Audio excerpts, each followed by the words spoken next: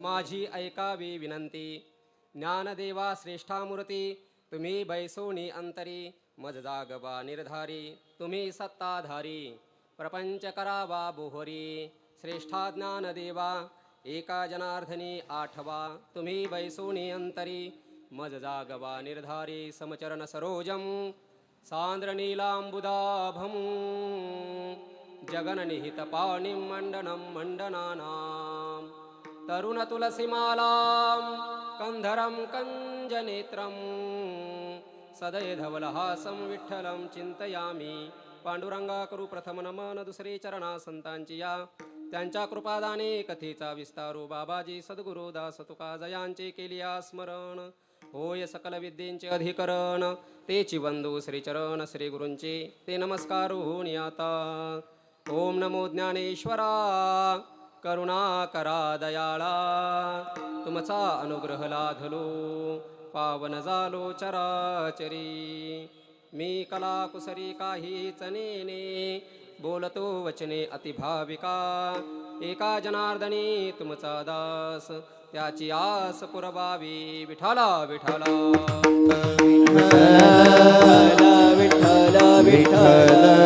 आता अभिनव बागविलासिनी, जे चातुर्यार्थ कला कामिनी, ते शारदा विश्वमोहिनी नमिली मिया. आपुलिया स्नेहाची वागेश्वरी, जरी मुकया ते अंगीकारी, तरी तो वाचस्पती से करे प्रबंध होडा. आता कृपा भांडवल सोडी, भरी माझी मतीची पोतडी, करी ज्ञानपद्य जोडी थोरा विमाते. विठाला विठाला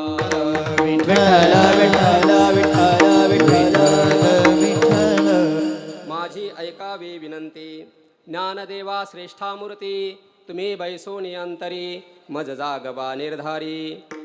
कैवल्य सम्राट चक्रवर्ती विश्वमाऊली ज्ञानोबा यांच्या दरबारामध्ये पवित्र असलेल्या इंद्रायणी मातेच्या तीरावरती भगवान सिद्धेश्वराच्या सानिध्यात आजान वृक्षाच्या पवित्र शीतल अभंग अशा छत्रछायेखाली 84 सिद्धांच्या वास्तव्याने सिद्ध असणाऱ्या अलंकारपूर नगरीमध्ये परमपूज्य आदरणीय प्रातस्मरणीय गुरुवर्य ब्रह्मनिष्ठ हृदय निवासी पूजनीय बाबांच्या चेतनामयी सानिध्यामध्ये आणि तुम्हा सर्व सिद्ध अनुभूती संपन्न वारकरी महापुरुषांच्या सिद्धांच्या संतांच्या साधकांच्या समोर भक्तमती मातांच्या समोर ही कीर्तनरूपी सेवा करण्याचं सौभाग्य ज्ञानोबरायांच्या 728व्या समाधी सोहळ्याच्या निमित्तानं मला प्राप्त होत आहे. विठाला विठाला या कीर्तन सेवेकरता घेतलेला जो अभंग आहे, वारकरी संप्रदायाला ज्यांनी आधार दिलेला आहे असे पैठण निवासी शांतीब्रह्म एकनाथ महाराज यांच्या अभंग संहितेतील विश्वमाऊली ज्ञानोबरायाकडे विनंती करणारा हा 4 चरणाचा अभंग आहे. या अभंगाच्या माध्यमातून शांतीब्रह्म एकनाथ महाराज विश्वमाऊली ज्ञानोबरायाकडे विनंती करत आहेत. काही अभंग प्रार्थनामध्ये असतात, काही अभंगाच्या माध्यमातून प्रार्थना केली जाते, काही अभंगाच्या माध्यमातून मागणी केल्या जाते, तर काही अभंगाच्या माध्यमातून विनंती केली जाते. प्रार्थना, विनंती आणि मागणी वरवर पाहता हे शब्द जरी सामान्य दिसत असतील, समानार्थी दिसत असतील, तर त्याच्यात किंचित थोडासा भेद आहे. विठाला विठाला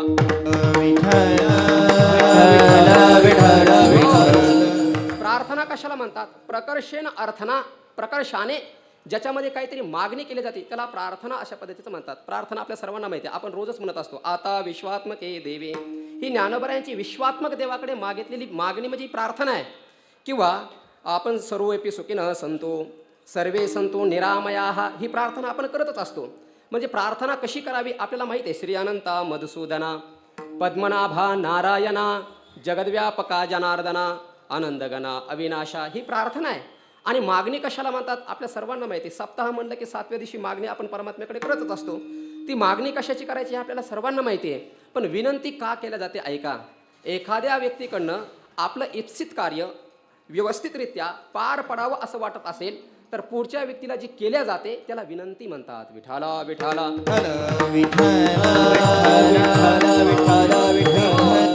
एखादे कार्य करण्याकरता आपल्या ठिकाणी शक्ती नसेल, आपल्या ठिकाणी सामर्थ्य नसेल, आपल्या ठिकाणी बळ नसेल, तर ज्याच्याकडे सामर्थ्य आहे, ज्याच्याकडे बळ आहे, ज्याच्याकडे शक्ती आहे, अशा बलसंपन्न, शक्तिसंपन्न, सामर्थ्य शक्तिसंपन्न आपलं कार्य करून द्यावं याकरता त्या बलवान व्यक्तीकडे जी केल्या जाते त्याला विनंती अशा पद्धतीचं म्हटलं जातं. ज्ञानोबराय या जगामध्ये बलवान आहेत, सामर्थ्य संपन्न आहेत. म्हणून विश्वमाऊली ज्ञानोबाऱ्याकडे एकनाथ महाराज आपली विनंती व्यक्त करतात की महाराज, माझी तुमच्या चरणावरती विनंती आहे. काय विनंती आहे? की माझ्या अंतकरणामध्ये तुम्ही बसून मला आत्मस्वरूपाच्या ठिकाणी जागं करा. का बरं तुम्हीच करू शकता? कारण ज्ञानोबारायाशिवाय अंतकरणामध्ये बसून आत्मस्वरूपाच्या ठिकाणी जागा करणारा महात्मा ज्ञानोबारायापर्यंत कोणी जन्माला नव्हता. त्याच्या नंतर पुष्कळ जन्माला आले. म्हणून विनंती करतात की महाराज, तुम्ही माझ्या अंतकरणामध्ये बसून मला आत्मस्वरूपाच्या ठिकाणी जागा करा. तुम्हीच का करा, दुसरे काही नको. कारण तुमच्यासारखा सत्ताधारी, तुमच्यासारखा सामर्थ्य संपन्न, तुमच्यासारखा बलवान या जगामध्ये दुसरा कोणी नाही. म्हणून तुम्ही सामर्थ्य असताना बलवान असल्यामुळे माझ्या अंतकरणामध्ये बसून तुम्ही आत्मस्वरूपाच्या ठिकाणी जागा करा. काय होईल त्यामुळे? तुम्ही जर मला आत्मस्वरूपाच्या ठिकाणी जागा केलं तर माझ्या संसाराची बोहरी होईल. बोहरी म्हणजे माझा संसार जो आहे हा नष्ट होऊन जाईल. म्हणून आत्मस्वरूपाच्या ठिकाणी मला जागा करून माझ्या संसाराची निवृत्ती करा. आणि ज्या वेळेला या विश्वातून मी जाईल त्यावेळेला शेवटच्या वेळेला माझी तुम्ही आठवण करा. विठाला विठाला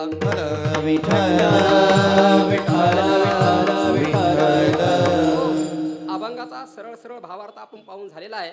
एकनाथ महाराज म्हणतात की माऊली, माझी तुमच्या चरणावरती विनंती आहे. कुठलंही कार्य करण्याकरता विनंती करावी लागते. व्यवहारातलं कार्य करायचं असेल तरी विनंती करावी लागते. आता व्यवहारामध्ये कोणाची किती किती हाजी हाजी करावी लागते तुम्हाला माहिती आहे. गोपाळरावला सुद्धा गोपाळ सेठ म्हणावं लागतं, गाढवाला सुद्धा गोपाळ सेठ म्हणावं लागतं. आपल्या इकडे कार्य करून घ्यायचं असेल तर गोड गोड बोलावंच लागतं. परमार्थामध्ये तसंच आहे आणि व्यवहारामध्ये तसंच आहे. पण व्यवहारातला विषय इथं नाहीच आहे. हा विषय जो चाललेला आहे, ही विनंती चाललेली आहे, ही पारमार्थिक क्षेत्रातली चाललेली आहे. आणि पारमार्थिक क्षेत्रामध्ये आत्तापर्यंत ज्या ज्या मोठ्या मोठ्या लोकांना ज्ञान प्राप्त झालं ते ज्ञान त्यांनी विनंतीपूर्वकच प्राप्त करून घेतलेलं आहे. आध्यात्मिक क्षेत्रामध्ये जेवढे काही महान ग्रंथ झालेले आहेत त्या सर्व महान ग्रंथातलं जे प्राप्त झालेलं ज्ञान आहे त्या ज्ञानाची परंपरा तुम्ही पाहून घ्या. गुरु आणि शिष्याच्या माध्यमातून हे ज्ञान प्राप्त केलं जातं. आणि ज्या वेळेला शिष्य श्री गुरूंच्या सहवासामध्ये जातो आणि त्या ज्ञानाची अभिव्यक्ती अंतकरणामध्ये व्हावी अशी इच्छा करतो, त्यावेळेला पहिल्यांदा संतांच्या किंवा श्रीगुरूंच्या सहवासामध्ये तो जाऊन काय करतो? तद्विधी प्रणिपातेन परिप्रश्नेन शेवया. म्हणजे चौथ्या अध्यायामध्ये भगवंतांनी त्याचा उपक्रम सांगितलाय, त्याची पद्धती सांगून ठेवलेली आहे. किंवा उपनिषदामध्ये मंत्र आहे बघा, उपनिषदामध्ये असा सुद्धा मंत्र आलाय, तद्विज्ञानार्थम समितपाणिः श्रोत्रियम ब्रह्मनिष्ठम. असा मंत्र सुद्धा आलेला आहे बघा उपनिषदामध्ये. तद्विज्ञानार्थम, तत् म्हणजे ते ब्रह्म, आणि त्या ब्रह्माला तुम्हाला जर जाणून घ्यायचं असेल तर हातामध्ये समिधा घेऊन ब्रह्मज्ञान संपन्न असणाऱ्या महात्म्यांच्या सहवासामध्ये जा. आणि गेल्याच्या नंतर लगेच त्यांना ज्ञानाची मागणी करू नका. मग काय करा? पहिल्यांदा त्यांच्या सहवासामध्ये जाऊन ते ज्ञानाचा कुरुठा, ते तर सेवा हा दारवंटा, त्यांच्या सहवासामध्ये जाऊन त्यांची सेवा करा. सेवा झाल्याच्या नंतर ते प्रसन्न होतील. प्रसन्न झाल्याच्या नंतर जेव्हा ते तुम्हाला काहीतरी मागण्याची आज्ञा करतील त्यावेळेला त्यांच्याकडे मागायचं नाही, त्यांच्याकडे विनंती करायची. विठाला विठाला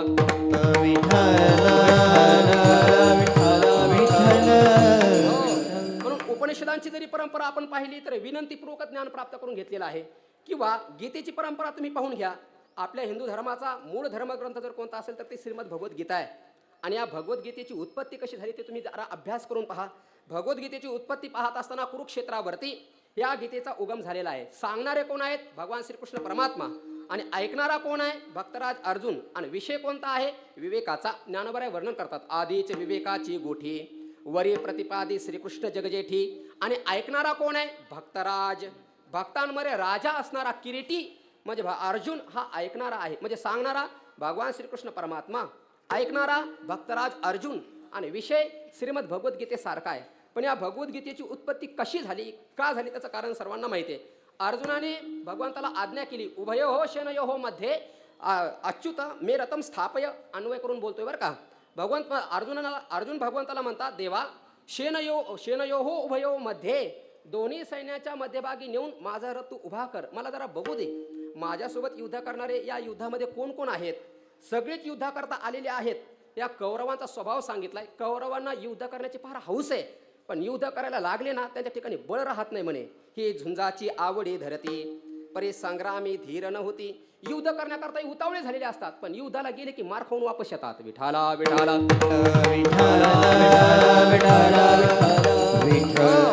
म्हणून दोन्ही सैन्याच्या मधामध्ये माझा रथ नेऊन उभा कर, मला जरा बघू दे कोण कोण आले युद्ध करण्याकरता माझ्या ठिकाणी, मला बघू दे जरा. देवाने दोन्ही सैन्याच्या मध्यभागी रथ नेऊन उभा केला. आणि रथ कुठे उभा केला? रथ भगवंताने अश्वत्थाम्याच्या समोर नाही केला, दुर्योधनाच्या समोर नाही केला, दुःशासनाच्या समोर उभा नाही केला. जर भगवान श्रीकृष्ण परमात्म्याने अर्जुनाचा रथ जर दुःशासनाच्या किंवा दुर्योधनाच्या किंवा अश्वत्थामाच्या किंवा कर्णाच्या समोर नेऊन उभा केला असता तर लगेच युद्धाला प्रारंभ झाला असता. पण भगवान श्रीकृष्ण परमात्मा चतुर आहे. मोठी माणसं हे अनेक उद्देशाने अनेक कामं करत असतात, ते आपल्या लक्षात येत नाही. भगवान श्रीकृष्ण परमात्म्याला अर्जुनाचं निमित्त करून या जगताला ज्ञान द्यायचं होतं.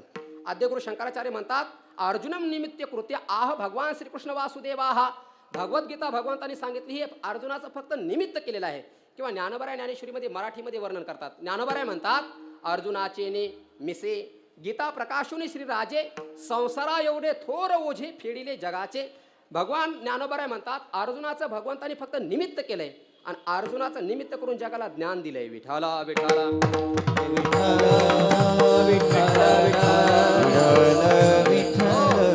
ज्या वेळा अर्जुनाचा रथ भगवान श्रीकृष्ण परमात्म्याने दोन्ही सैन्याच्या मध्ये भीष्माचार्याच्या आणि द्रोणाचार्याच्या समोर नेऊन उभा केला आणि त्यांनी समोर पाहिलं, भीष्म द्रोण प्रमुखतः.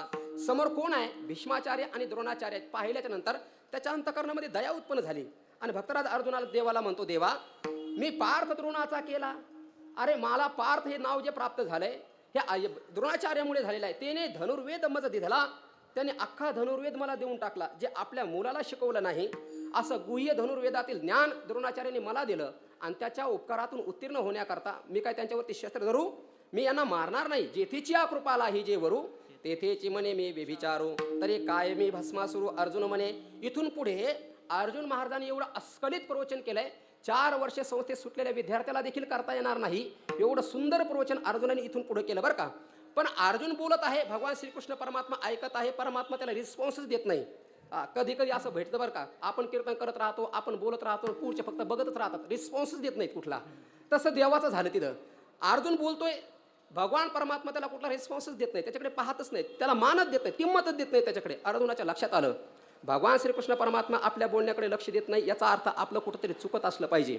आपण बोलत असताना जर मोठी माणसं आपली उपेक्षा करत असतील, आपल्या बोलण्याकडे लक्ष देत नसतील, तर बोलणाऱ्याने समजून घेतलं पाहिजे आपलं काहीतरी चुकतंय. विठाला विठाला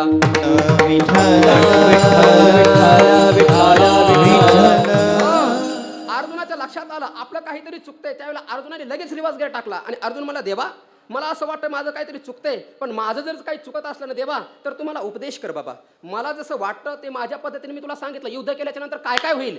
जर युद्ध केलं तर गुरुला मारल्याचं पाप मला लागेल, जर युद्ध केलं तर स्वजनाचा घात केल्याचं पुण्य मला लागेल, जर मी युद्ध केलं तर मित्राबरोबर केलेल्या द्रोहाचा पातक मला लागेल, जर मी युद्ध केलं तर या कुळातले मोठे मोठे लोक मरतील, ते मेल्यामुळे यांच्या घराण्यातला वंशज धर्माचा लोप होईल, वंशज धर्माचा लोप झाला तर यांच्या कुलस्त्रिया दूषित होतील, कुलस्त्रिया दूषित झाल्या तर वर्णसंकर घडेल, वर्णसंकर झाला तर अख्खा कुळाचं पतंती पितरो हे श्याम लुप्तपिंडोदक क्रिया. जर वर्णसंकर झाला तर हे सगळे नरकामध्ये जातील आणि या सगळ्याला कारणीभूत मी ठरेल, असं प्रवचन केलं अर्जुनाने. वरवर आपल्याला ऐकायला बरं वाटलं, पण देवाने मान न दिल्यामुळे अर्जुनाला वाटलं एवढं मी सांगतोय परोपरीने, पण देव माझ्या बोलण्याकडे लक्ष देत नाही, माझं काहीतरी चुकत असलं पाहिजे. मग अर्जुनाच्या हे लक्षात आल्याच्या नंतर आपलं काहीतरी चुकतंय तरी पण देव बोलत नाही, मग आता देवाला बोलकं केलं पाहिजे. त्यावेळेला भक्तराज अर्जुन परमात्म्याची विनंती करतात, देवा कार्पण्य दोषोपहत स्वभाव पृच्छामि त्वां धर्म सम्मूढ चेताः यश्रेयस्या निश्चितं ब्रूहि तन्मे शिष्यस्तेहं शाधि मां त्वां प्रपन्नम. देवा बोलण्याच्या ओघामध्ये माझं जर काही चुकत असेल तर मला हे काही कळत नाही बघा, धर्म काय अधर्म काय मला कळायला तयार नाही. या युद्धाच्या प्रसंगामध्ये समोर नातलग पाहिल्याच्या नंतर माझं चित्त विमूढ झालंय, किंग कर्तव्य विमूढ माझं चित्त झालंय, काय योग्य अयोग्य मला कळत नाही. देवा आता मी तुझा शिष्य झालेलो आहे, कृपा करून माम शाधी, माझं लग्न करून दे पटकन. विठाला विठाला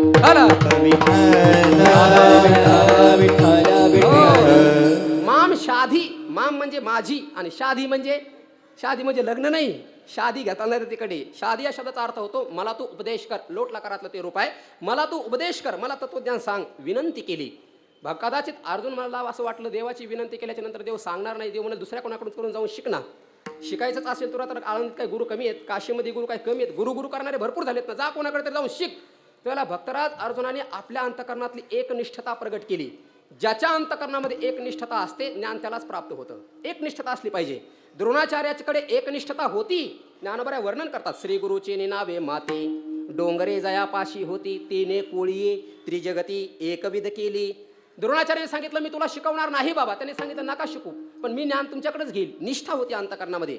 आपल्या अंतकरणामध्ये निष्ठा नसते, आपल्या अंतकरणात निष्ठी असते. 4 महिने याच्याकडं, 6 महिने दुसरीकडं, 5 महिने तिसरीकडं, काहीच हातात पदरात पडत नाही. तेलही जातं तुपाय जातं, हाती धोपट नाही येतं. 12 वर्ष होतात आळंदीमध्ये तरी धागिनाता मग उलटाच पडतो. विठाला विठाला. ज्ञानाच्या प्राप्तीकरता अंतकरणामध्ये एकनिष्ठता असणं फार गरजेचं आहे. त्यावेळेला अर्जुन आपल्या अंतकरणातली एकनिष्ठता प्रगट करताना बोलता, देवा हे पृथ्वी तळ आप होईल, हे महेंद्रपद ही पाविजेल, परी मोह हा न फिटेल मानसीचा. देवा तू जोपर्यंत मला उपदेश करणार नाही ना तोपर्यंत माझ्या अंतकरणातला मोह जाणार नाही. मला स्वर्गातलं राज्य प्राप्त होईल, ही पृथ्वी तलावरचं मला राज्य प्राप्त होईल देवा, पण मला ज्ञान प्राप्त होणार नाही.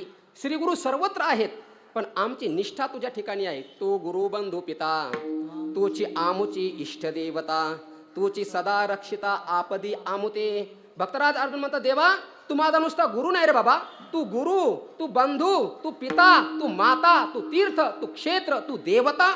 आमच्या जीवनातलं सर्वस्व काही जर असेल तर तू असेल. एवढं समर्पण केल्याच्या नंतर मग भगवान श्रीकृष्ण परमात्म्याने अर्जुनाला सांगण्याकरता, ज्ञान सांगण्याकरता प्रारंभ केला. एवढं सांगण्याचं तात्पर्य काय आहे? भगवद्गीतेचा उगम जर पाहिला तर अर्जुनाने विनंती केली तेव्हा कुठे देवाने त्याला तत्वज्ञान दिलंय. विठाला विठाला.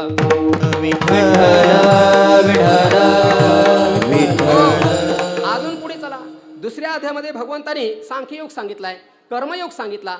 सांख्ययोग आणि कर्मयोग सांगून झाल्याच्या नंतर कर्मयोगाच्या शेवटी ज्यांनी आपल्या जीवनामध्ये निष्काम कर्म केलं त्या व्यक्तीला परमात्म्याची प्राप्ती होते. त्याची बुद्धी आत्मस्वरूपाच्या ठिकाणी विलीन होऊन जाते आणि बुद्धी आत्मस्वरूपाच्या ठिकाणी विलीन झाली की तीच खरी बुद्धी म्हणावी. जी बुद्धी संसाराला विषय करते साधू संतांनी त्या बुद्धीला बुद्धीच म्हणलं नाही.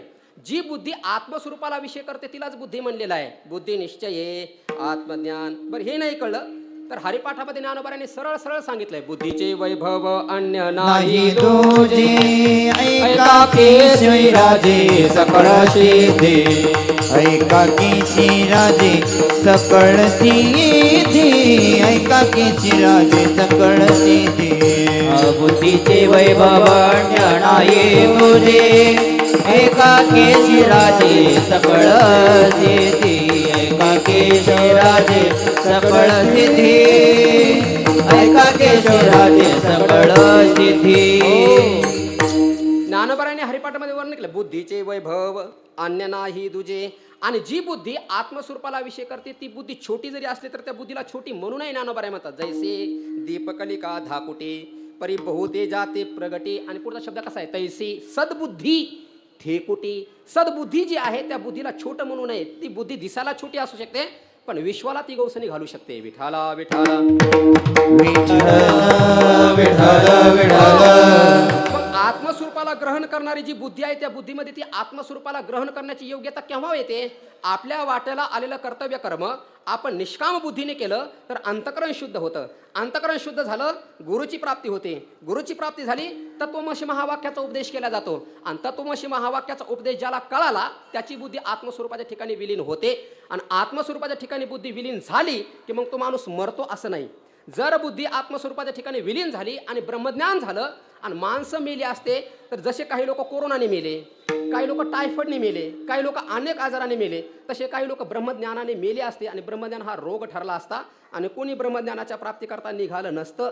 मग काय, बुद्धी आत्मस्वरूपाच्या ठिकाणी विलीन झाल्याच्या नंतर सुद्धा त्या व्यक्तीचं जीवन शिल्लक राहतं, त्याला जीवनमुक्त म्हणतात. विठाला विठाला.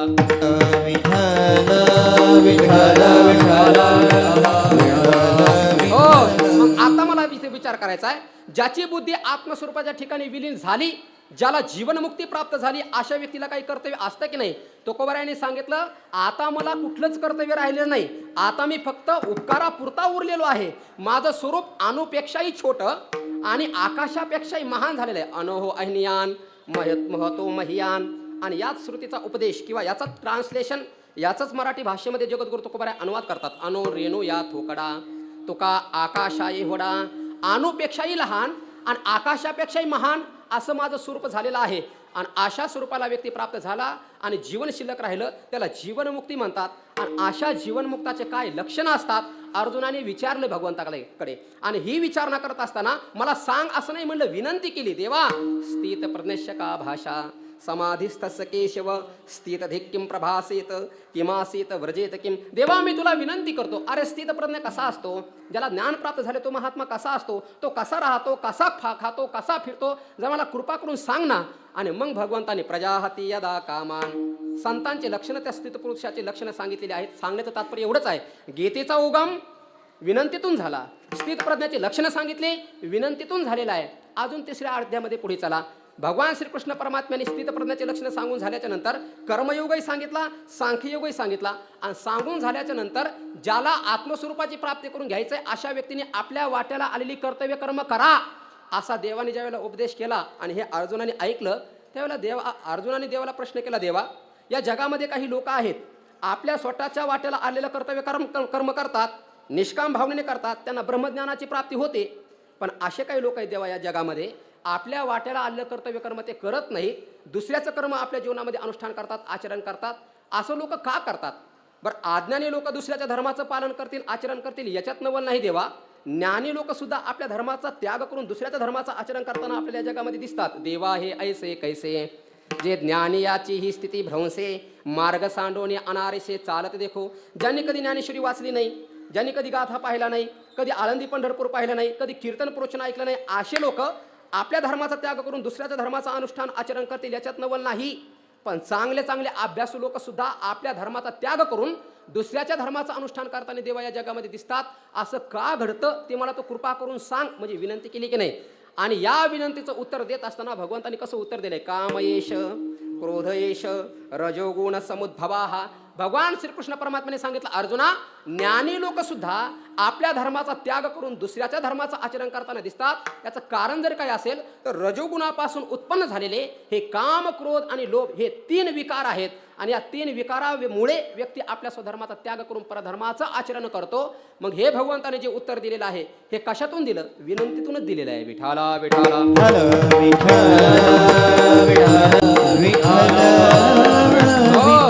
एक एक एक एक करता करता तुम्ही सगळ्या गीतेचा अभ्यास करून पहा. सगळी अख्खी गीता तुम्ही पाहून घ्या. प्रत्येक विषय जिथे जिथे प्रारंभ होतो ना, नवीन विषय, पहिला विषय संपतो आणि दुसरा विषय ज्या वेळेला चालू होतो त्यावेळेला पहिल्या विषयाची सांगता आणि दुसऱ्या विषयाची उत्पत्ती ही विनंतीतूनच झालेली आपल्याला दिसते. अजून पुढे चला. 6व्या अध्यायामध्ये ज्या वेळेला योग सांगितला, अष्टांग योग सांगितला, हे भगवंतांनी मनाने सांगितला का अर्जुनाने प्रश्न विचारला म्हणून सांगितला? विनंती केली अर्जुनाने, देवा योग कशाला म्हणतात जरा तू आम्हाला सांग. विनंतीतून योगाची उत्पत्ती झाली. अजून पुढे चला. 8व्या अध्यायामध्ये 8 प्रश्न विचारलेत आणि 8ही प्रश्न हे विनंतीपूर्वक विचारलेले आहेत. सरळ सरळ जर एखाद्या व्यक्तीने जर विचारलं तर संत सांगत नसतात, पण विनंतीपूर्वक जर विचारलं तर सांगितल्याशिवाय राहत नसतात. विठाला विठाला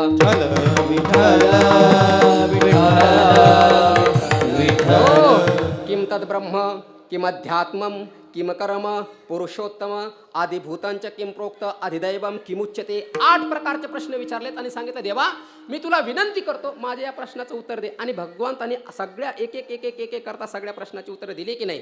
कशा करता सांगतोय मी? 8ही प्रश्न, त्या 8ही प्रश्नाची उत्तरं विनंतीतूनच निर्माण झाली की नाही? अजून पुढे चला. राजयोग अतिशय गुह्य असणारं तत्वज्ञान भगवंतांनी अर्जुनाला 9व्या अध्यायामध्ये सांगितलं. का सांगितलं? अर्जुनाने विनंती केली म्हणूनच सांगितलं की नाही? बरं, याचे पुढे चला. भगवंतांनी 10व्या अध्यायामध्ये अर्जुनाला विभूती सांगितल्या. किती सांगितल्या? 5, 10, 15, 50 किती सांगितल्या? 7 आणि 5 किती झाले? 7, 5 किती झाले? 7, 5 7, 5 किती? 7 आणि 5 जर बेरीज केली तर 12 होतात. मग काही लोक म्हणतील 12 विभूती सांगितल्या पाहिजे. ज्ञानोबा म्हणजे तसं नाही. 7, 5 प्रधाना, 7 वर 5 ठेवल्याच्या नंतर 75 होतात. भगवंत ज्ञानोबा म्हणतात की अर्जुना, भगवंत म्हणतात मी तुला 7, 5 7वर 5 75 विभूती मी तुला सांगितल्या. मग ह्या विभूती भगवंताने अर्जुनाला सांगितल्या. हे विभूती का सांगितल्या? कशा करता सांगितल्या? अर्जुनाने विनंती केली, देवा जर सर्वत्र तूच व्यापक आहे तर मी तुझं काय म्हणून चिंतन करावं? कुठल्या भावनेने मी तुझं ध्यान करावं? कुठल्या ठिकाणी मी तुझी पूजा करावी? जरा आम्हाला तू सांग ना. तुझी पूजा कशी करावी? तुझं ध्यान कसं करावं? तुझं चिंतन कसं करावं? तुझं नामस्मरण काय करावं? सर्वत्र तूच व्यापक आहे असं जर बोध केला तर तुझं चिंतन, तुझं नामस्मरण, तुझं ध्यान घडणार नाही. म्हणून हे देवा तू कसा आहेस, कुठे कुठे आहेस, कृपा करून मला सांग. विनंती केली त्यावेळेला भगवंताने 10व्या अध्यायात विभूती सांगितली. विठाला विठाला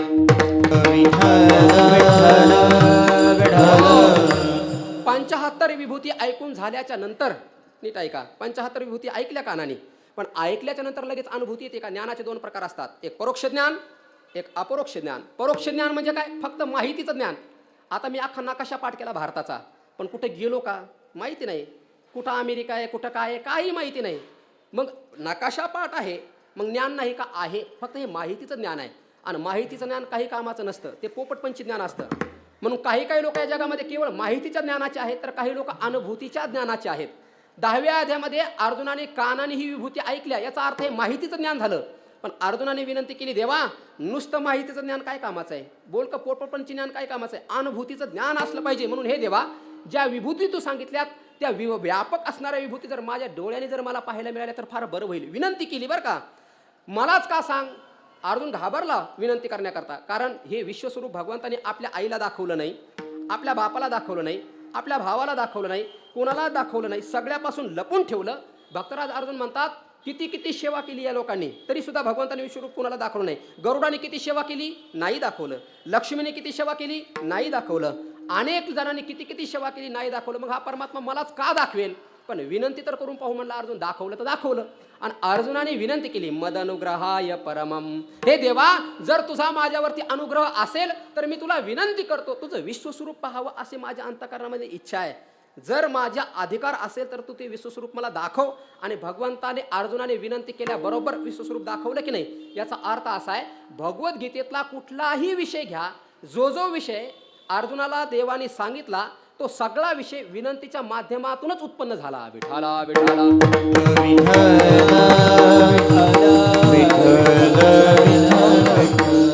उपनिषदेतील तत्वज्ञान विनंतीतून उत्पन्न झालेलं दिसतं, किंवा स्मृतीतलं तत्वज्ञान विनंतीतून उत्पन्न झालेलं दिसतं. किंबहुना आता सध्या ग्रामीण भागामध्ये भागवत ग्रंथाचा फार प्रचार वेगाने चालू आहे बघा, चांगली गोष्ट आहे. त्या भागवत ग्रंथाची उत्पत्ती सुद्धा कुठून झाली, विनंतीतूनच झालेली आहे की नाही. ज्या वेळेला परीक्षितीला शाप मिळाला आणि तो गंगेच्या तीरावरती जाऊन बसला, त्यावेळेला तिथं सुकाचार्य महाराज आलेत. यम प्रवर्जंत मनुपेत मपेत कृत्यम, ऐक नाही, हा विषय सगळा तुम्ही पाहून घ्या. आणि सुकाचार्य महाराज आल्याच्या नंतर राजा परीक्षितीने हात जोडून विनंती केली, महाराज 7 दिवसात ज्याचा मृत्यू आहे अशा व्यक्तीने काय केलं पाहिजे, कृपा करून सांगा. काय आहे, विनंतीच आहे की नाही. आणि विनंती केल्यामुळे भागवतासारखा महान ग्रंथ जन्माला आला.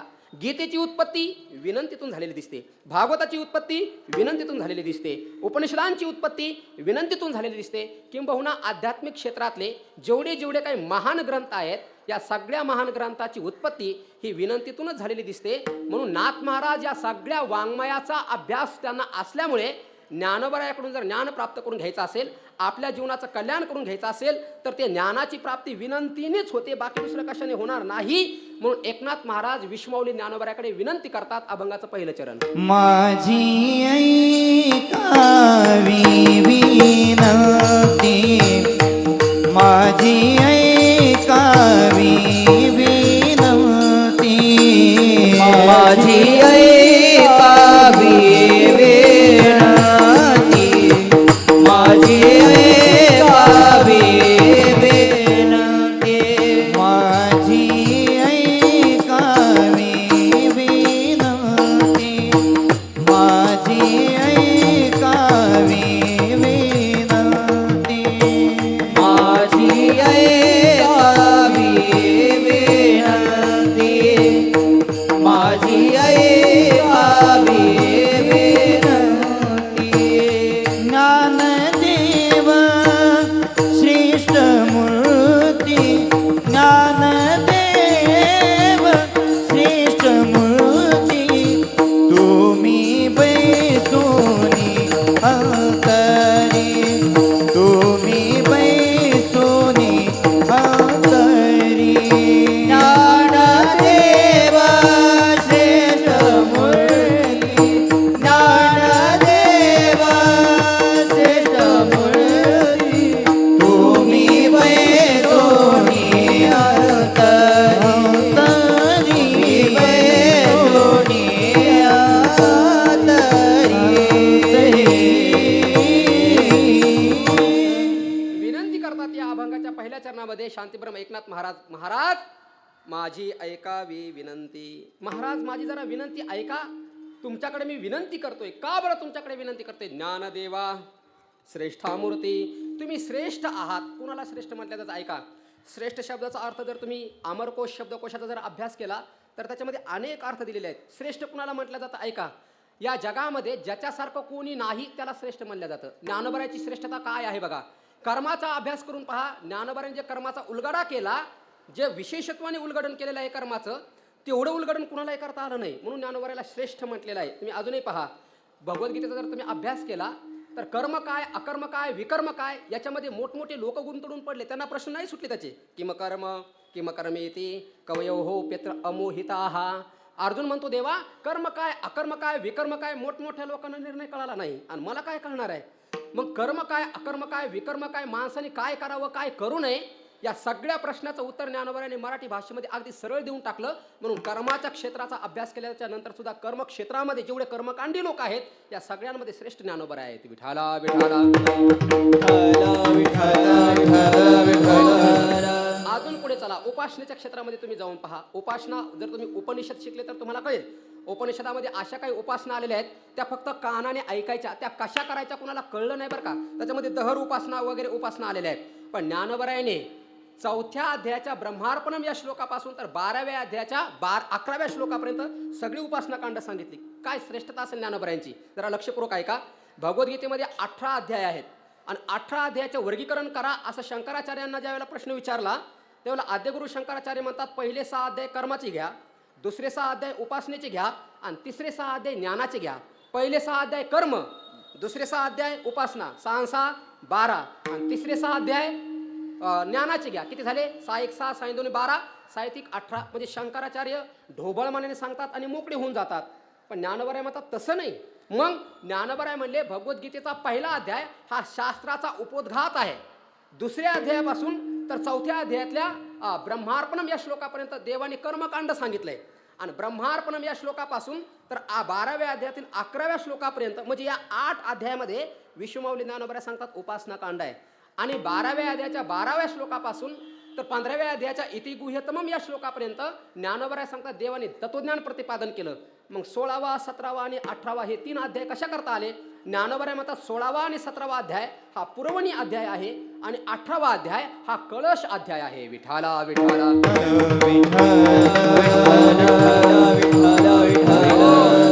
कशा करता एवढा महत्वाचा विषय सांगतो ऐका. कर्माच्या क्षेत्रामध्येही ज्ञानोबराय श्रेष्ठ आहेत. उपनिषदाच्या उपासनेच्या क्षेत्रामध्ये देखील ज्ञानोबराय श्रेष्ठ आहेत. आणि ज्ञानाच्या बाबतीत तर ज्ञानभक्त कोणी त्यांची गणनाच करू शकत नाही. ज्ञानोबरायाकडे किती ज्ञान कोणी सांगू शकत नाही. समुद्रामध्ये किती पाणी आतापर्यंत कोणी सांगू शकलं नाही. तसं ज्ञानोबरायाकडे किती ज्ञान सांगताच येत नाही महाराज. ज्ञानाचा सागर ज्ञानाचा सागर सागर सखा माझा ज्ञानेश्वर सखा माझा ज्ञानेश्वर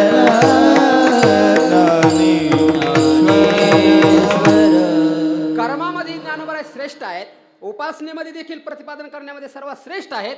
आणि ज्ञानाचा विचार केला तर ज्ञानोबरायाकडे ज्ञान नाही महाराज. ऐकेगा ज्ञान चक्रवर्ती तू तव ज्ञानाचीच मूर्ती. ज्ञानोबरायाकडे ज्ञान नाही, ज्ञानच ज्ञानोबरायाच्या रूपाने जन्माला आलंय. ते चालते ज्ञानाचे बिंब तयाचे अवयवते सुखाचे कोंभ एरम माणूसपणा ते भांब लौकिक भागो. ज्ञानोबराय म्हणतात ज्याला ब्रह्मज्ञान प्राप्त झालं तो व्यक्ती ब्रह्मापासून वेगळा राहू शकत नाही. तयाचे बिसाट शब्द सुखे मनोयती वेद सदेह सचिदानंद कान व्हावे ते.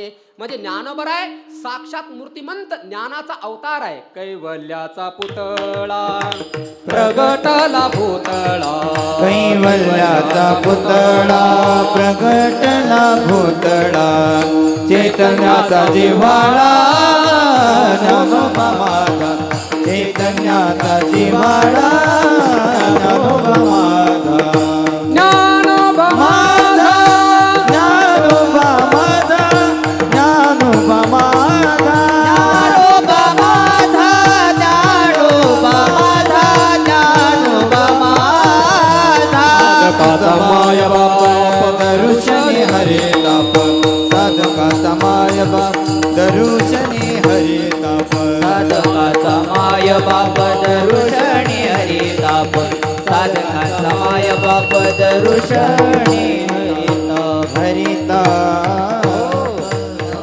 ज्ञानोबराकडे ज्ञान नाही महाराज. साक्षात ज्ञानोबराच्या रूपाने ज्ञानच जन्माला आलं. आपल्या वारकरी संप्रदायामध्ये जुने कीर्तनकार कोटी सांगायचे वैराग्य जगद्गुरु तुकोबरायाच्या रूपाने जन्माला आलं, शांती नाथबाबाच्या रूपाने जन्माला आली आणि ज्ञान हे ज्ञानोबरायाच्या रूपाने जन्माला आलं महाराज. म्हणून कैवल्याचा पुतळा प्रगटला भूतळा म्हणून वर्णन करत असताना ज्ञानोबरायाला श्रेष्ठ ही उपमा का दिली कर्मक्षेत्राचं प्रतिपादन करण्याकरता ज्ञानोबराय सर्वात श्रेष्ठ आहेत. पुढची बाजू आहे, उपासनेमध्ये देखील प्रतिपादन करत असताना, उपासनेचा उलगडा करत असताना, गुह्य उपासना प्रतिपादन करत असताना ज्ञानोबराय सर्वात अग्रसर आहेत, म्हणून त्यांना श्रेष्ठ म्हणलंय. आणि ज्ञानाच्या क्षेत्रामध्ये तर मग ज्ञानोबरायचा कोणी हात धरू शकत नाही. ज्ञानोबराय हे ज्ञानाचा राजे आहेत महाराज, किंबहुना ज्ञानाचा अवतार आहे, म्हणून ज्ञानोबराय श्रेष्ठ सांगितलंय. आता ऐका, शास्त्रीय भाषेमध्ये तुलना जर करायची असेल तर मग प्रत्यय काही लावल्या जातात बघा. दोघांची तुलना करायची असेल तर तरह प्रत्यय लावला जातो. तिघांमध्ये किंवा तिघांपेक्षा अनेकांची जर व्यावृत्ती करायची असेल, अनेकांमधून एकाची श्रेष्ठता जर दाखवायची असेल तर तमह असा प्रत्यय लावला जातो. उदाहरणार्थ, कर्म कसं आहे, कर्म हे गुह्य आहे, उपासना गुह्यतर आहे आणि ज्ञान गुह्यतम आहे. आणि ज्ञानोबराय गुह्य, गुह्यतर आणि गुह्यतम याच्याही अतीत स्वरूपाचे आहेत, म्हणून श्रेष्ठ म्हटलेलं आहे. विठाला विठाला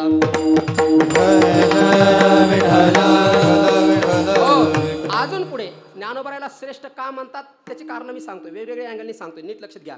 अजून ज्ञानोबरायला श्रेष्ठ का म्हटलं, या जगामध्ये अनेक योगी झाले असतील, परंतु सगळ्या योग्यांचे मध्ये श्रेष्ठ असणारे ज्ञानोबराय. नुसते श्रेष्ठ नाही तर योग्यांची माऊली म्हणले, ज्ञानराज माझी योग्यांची माऊली.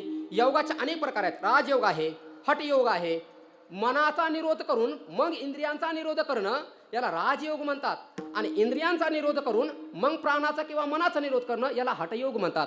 आणि राजयोग आणि हठयोग काय होता आपल्या बाबाला चांगलं माहिती होतं. अहो बाबा, मी एकदा मला वाटतं खारेकर्जुनात का कुठेतरी कीर्तन चालू होतं, आणि ते कोण आता मग ते मी चेहरा मला त्या महात्म्याचा आठवतं, पण मला त्याचं नाव आठवत नाही. ते बाबासोबत फिरायला जायचे आणि बाबांनी त्यांना प्रश्न विचारला, का रे तुला खेचरी मिजरा माहिती का रे, शिवी देऊन बाबांनी, आणि कशी असती ती बसून दाखवली होती. विठाला विठाला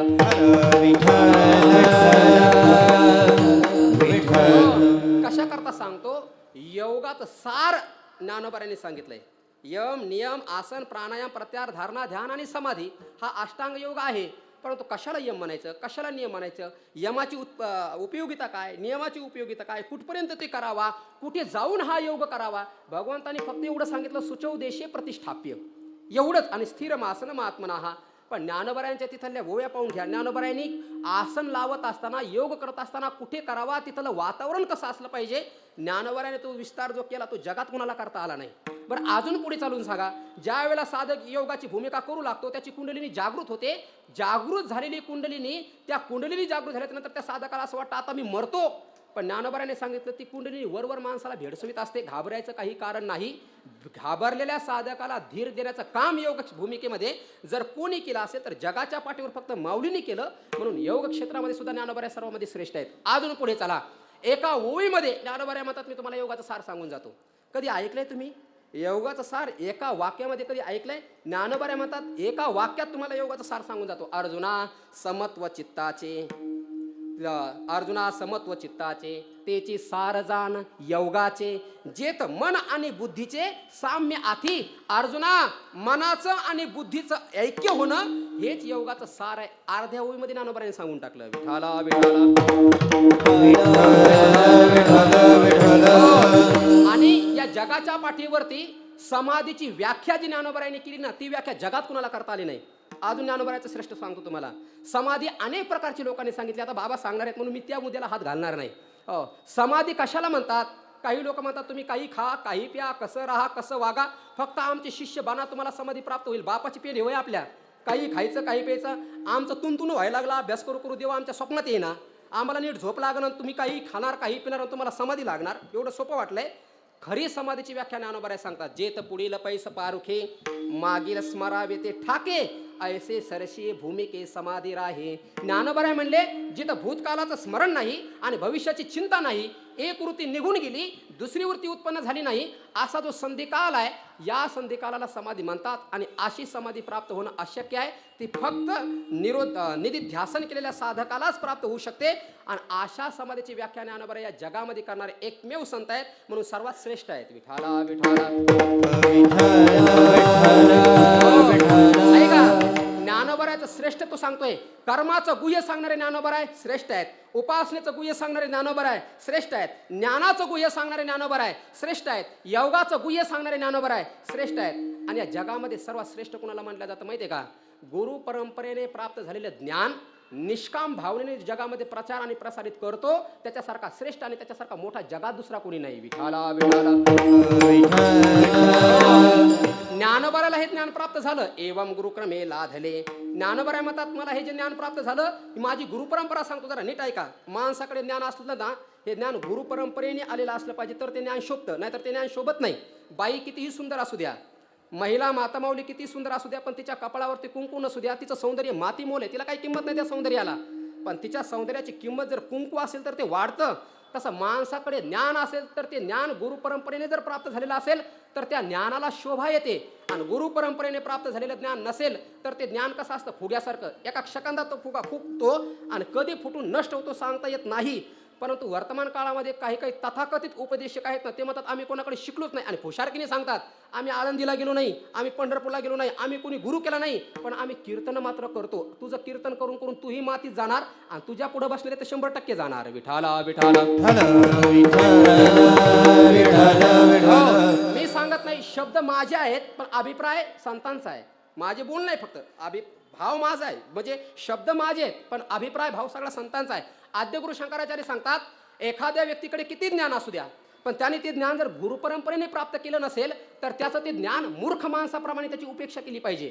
सर्व शास्त्रविद अपि असंप्रदाय पुरस्सरम मूर्खवत उपेक्षणीयाः. आद्यगुरु शंकराचार्यांनी सांगितलं सर्व शास्त्रविद अपि.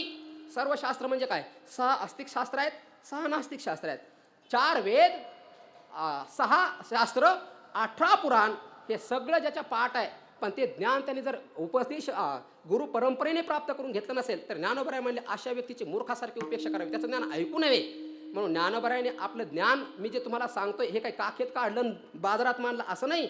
ज्ञानोबराय म्हणतात मला जे ज्ञान प्राप्त झालं ती परंपरा ऐका. आदिनाथ गुरु, सकळ सिद्धांचा, मच्छिंद्रतयाचा मुख्य शिष्य, अख्खा अभंग पाहून घ्या. पण दुर्दैव असं आहे या अभंगामध्ये वारकरी संप्रदायाच्या ज्ञानाची गौरवशाली परंपरा सांगितली पण हा अभंग वारकरी संप्रदायातल्या लोकांनी फक्त नाचायचा प्रदर्शनाचा विषय बनवून ठेवला. विठाला विठाला. ज्ञानोबराय म्हणतात मला जे ज्ञान प्राप्त झालं पहिल्यांदा हे भगवान शंकराने मच्छिंद्रनाथाला दिलं, मच्छिंद्रनाथाने हे ज्ञान गोरक्षनाथाला दिलं, गोरक्षनाथाने गहिनीनाथाला दिलं, गहिनीनाथाने निवृत्तीनाथाला दिलं, निवृत्तीनाथाने मला दिलं आणि मी कुणाला दिलं, ज्ञानदेवा सार सोजविले ज्ञानदेवा सार, सोजविले ज्ञानदेवा सार, सोजविले ज्ञानदेवा सार.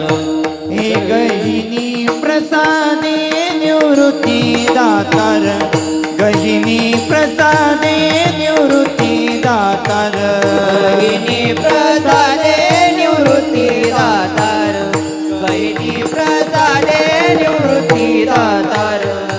ज्ञानदेवा सार सोजविले ज्ञानदेवा सार, सोजविले मच्छिंद्राने बोध गोरक्षासी केला, मच्छिंद्राने बोध गोरक्षासी केला. आपल्याला प्राप्त झालेल्या ज्ञानाची गौरवशाली परंपरा ज्ञानोबराय दोनदा सांगतात. एकदा हरिपाठामध्ये आणि एकदा ज्ञानेश्वरीच्या 18व्या अध्यायाच्या शेवटी सांगतात. ज्ञानोबराय म्हणतात एवम गुरुक्रमे लाधले किंवा क्षीरसिंधू परिसरी शक्तीच्या कर्णकुहरी नेनो कै त्रिपुरारी सांगितले जे. त्रिपुरासुराचा शत्रू असणाऱ्या भगवान शंकराने हे ज्ञान पार्वतीला सांगत असताना माशाच्या उदरामध्ये गुप्त असणाऱ्या मच्छिंद्रनाथाने ऐकलं. ते गोरक्षनाथाला ही परंपरा सगळी सांगितली. एवम गुरुक्रमे लाधले. ज्ञानोबराय म्हणतात जे ज्ञान मला गुरुच्या परंपरेने प्राप्त झालं ते मी ज्ञान तुम्हाला देतो. आपल्याला प्राप्त झालेलं ज्ञान जगाला देणं याच्यासारखा महान धर्म या जगात दुसरा कोणता नाही. 4थ्या अध्यायामध्ये 12 यज्ञ सांगितलेत आणि त्या सगळ्या यज्ञांमध्ये ज्ञान यज्ञ सर्वात श्रेष्ठ यज्ञ सांगितलाय. आणि असा ज्ञानाचा यज्ञ ज्ञानोबरायाने आपल्या जीवनामध्ये केला म्हणून ज्ञानोबराय श्रेष्ठ आहेत. विठाला विठाला. आता पुढे चला. आपल्याला प्राप्त झालेलं हे जे ज्ञान आहे ना हे ज्ञान ज्ञानोबरायाने आपल्या स्वतःपुरता मर्यादित ठेवलं नाही, अख्ख्या जगाला वाटून दिलं. नीट ऐका. पण जगाला ज्ञान देत असताना ज्ञानोबरायाने कोणत्या भाषेत दिलं, आपल्याला येतं त्या भाषेमध्ये नाही. या जगाला ज्ञान देणारे अनेक लोक झाले. मुद्दा नीट लक्षपूर्वक ऐका. या जगाला ज्ञान देण्याकरता भगवान श्रीकृष्ण परमात्मा आले. कृष्ण वंदे जगद्गुरु. पण कोणत्या भाषेत ज्ञान दिलं, संस्कृत भाषेमध्ये. या जगाला ज्ञान देण्याकरता व्यास आले. व्यासाने जगाला ज्ञान दिलं पण कोणत्या भाषेमध्ये, संस्कृत भाषेमध्ये. शंकराचार्य या जगाला ज्ञान देण्याकरता आले. त्यांनी जगाला ज्ञान दिलं पण कोणत्या भाषेमध्ये, संस्कृत भाषेमध्ये. म्हणजे तुम्ही अभ्यास करून पहा इतिहासाचा. जगाला ज्ञान देण्याकरता अनेक लोक आले, पण जे जे जगाला ज्ञान देत आहेत ते प्रत्येक जण संस्कृत भाषेमध्ये देत आहे. आणि आपल्याला काय माती संस्कृत कळते का हो? मी जर म्हणलं तुम्हाला पश्चन शृण्वन स्पृशन जिघ्रन नशनन गच्छन स्वपन स्वसन प्रलपन विसृजन गृह्णन नुन्मिशन निन्मिशन नपी, तुम्ही म्हणताल आतापर्यंत बरा होता, जाऊ दे याला एवढ्याला डाग देऊन आणा म्हणताल. म्हणजे मला एवढंच सांगायचं आहे, मला काय सांगायचं नीट ऐका. आपल्याला नीट मराठी समजणार तर संस्कृत काय करणार आहे हो? आणि जगाला ज्ञान देण्याकरता कृष्ण आले संस्कृतमध्ये, शंकराचार्य आले संस्कृतमध्ये ज्ञान देतात, व्यास आले संस्कृतमध्ये ज्ञान देतात. ज्ञानोबरायाने विचार केला, अरे जगाला ज्ञान द्यायचं असेल तर त्यांना कळतं त्या भाषेमध्ये द्या, आपल्याला कळतं त्या भाषेमध्ये देऊन काय उपयोग आहे?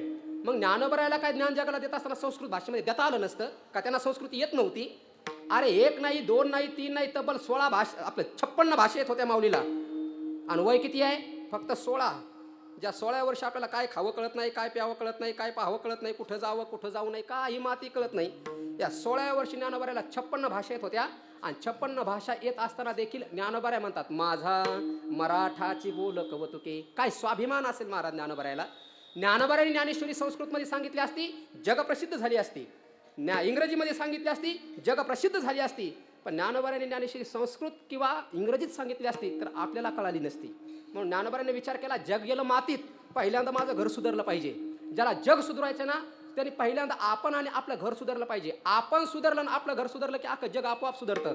म्हणून ज्ञानोबरायाला जगाला ज्ञान द्यायचं होतं खरं, पण ज्ञानोबरायांनी सुरुवात आपल्या घरातून केली. म्हणून ज्ञानोबराय म्हणतात, ये मराठीची ये नगरी. या मराठी लोकांमध्ये म्हणजे काय स्वाभिमान असेल ज्ञानोबरायाला, माझा मराठाची बोल कवतुके. एक वाक्य सांगून जातो, मराठा मराठा म्हणून मराठी लोकांचे मतदान घेऊन मराठी मुलखांवरती राज्य करणारे अनेक पुढारी जन्माला आले. वाक्य नीट ऐका, रेकॉर्डिंग चालू आहे. मराठा मराठा म्हणून मराठी लोकांचे मत घेऊन मराठा मुलखावरती राज्य करणारे अनेक पुढारी जन्माला आले. पण मराठी मराठी म्हणून मराठी भाषेमध्ये जगाला तत्वज्ञान शिकवणारे या पृथ्वी तलावरती पहिले संत विश्वमाऊली ज्ञानोबराय झाले. विठाला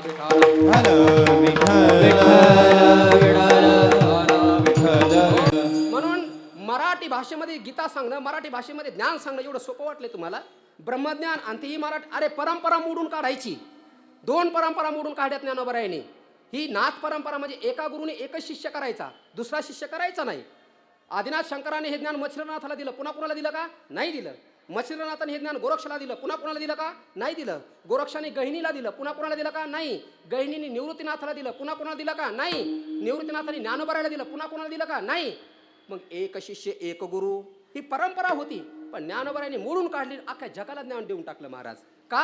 हे श्रेष्ठत्व आहे ज्ञानोबरायांचं. आणि देत असताना लोकांना कळेल त्या भाषेमध्ये, म्हणून तर ज्ञानोबरायाला माऊली म्हणलं. जर एखादी आईला जर तिच्या लहान मुलाला खाऊ घालायचा असेल तर ती काय करते? चिवचा काऊचा माऊचा करून त्याला खाऊ घालून त्याचं पोट भरते. तसं ज्ञानोबरायाने हे ज्ञान देत असताना कधी ज्ञानेश्वरीच्या माध्यमातून, फारच बुद्धिमान असेल तर घे बाबा ज्ञानेश्वरी, जर ज्ञानी असेल तर अमृतानुभव घे, 1400 वर्ष जिवंत राहिलेला चांगदेवासारखा असेल तर चांगदेव 65 घे, आणि ज्ञानी भक्त असेल तर मग तुम्ही विरहिणी वाच, आणि फारच अंगठे बहादर असेल तर असोने संसारी जिव्हा वेगू करे. म्हणजे ज्ञानोबरायाने एकच असणारं ज्ञान. गहू खाऊन खाऊन कंटाळा आला तर आपण त्याची कधी लापसी करतो, त्याचाच कधी शिरा करतो, है की नाही? त्याच्याच कधी पापड्या करतो. एक गहू प्रकार बहु. तसं ब्रह्मज्ञान एकच आहे, पण ज्ञानोबरायाने कधी ज्ञानेश्वरीच्या माध्यमातून जयाने घातली मुक्तीची गवानी, मिळविली मादी वैष्णवांची, मिळविली मादी वैष्णवांची, मिळविली मादी वैष्णवांची. जयाने घातली मुक्तीची गवानी, मिळविली मादी वैष्णवांची, मिळविली मादी वैष्णवांची, मिळविली मादी वैष्णवांची. जयाने घातली मुक्तीची गवानी, मिळविली मादी वैष्णवाची, मिळविली मादी वैष्णवाची. पंगत घातली महाराज ज्ञानोबरायाने. जयाने घातली मुक्तीची गवांधी, मिळविली मांदी वैष्णवांची. बरं, हे ज्ञान देत असताना ज्ञानोबरायाने मराठी भाषेमध्ये दिलं जगाच्या पाठीवर पहिल्यांदा. पण हे ज्ञान मराठीमध्ये सांगत असताना ज्ञानोबरायाला काय कमी तपश्चर्या करावी लागली? हे लोक इथं वाजवतात, हे इथं गातात, हे काय एका दिवसाची साधन आहे? ज्ञानोबरायाने ही ज्ञानेश्वरी निर्माण केली, हिच्या पाठीमागं किती कष्ट करावे लागले. ज्ञानोबराय स्वतः सांगतात, माझी आ सत्यवादाचे तप, वाचा केली बहुत कल्प.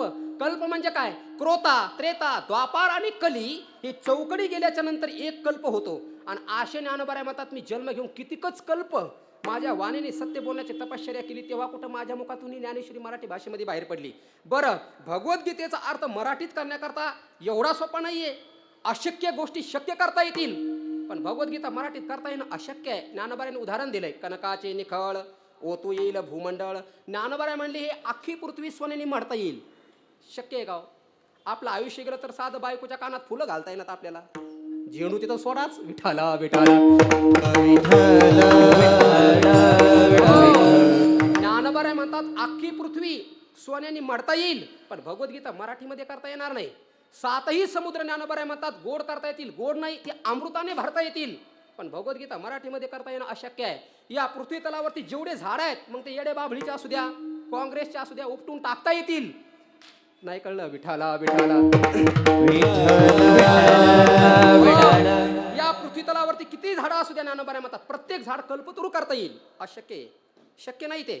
ज्ञानोबा म्हणतात या पृथ्वी तलावर जेवढे झाड आहेत ते सगळे झाड कल्पतरू करता येतील, पण गीतेचा अर्थ मराठीत नाही करता येणार.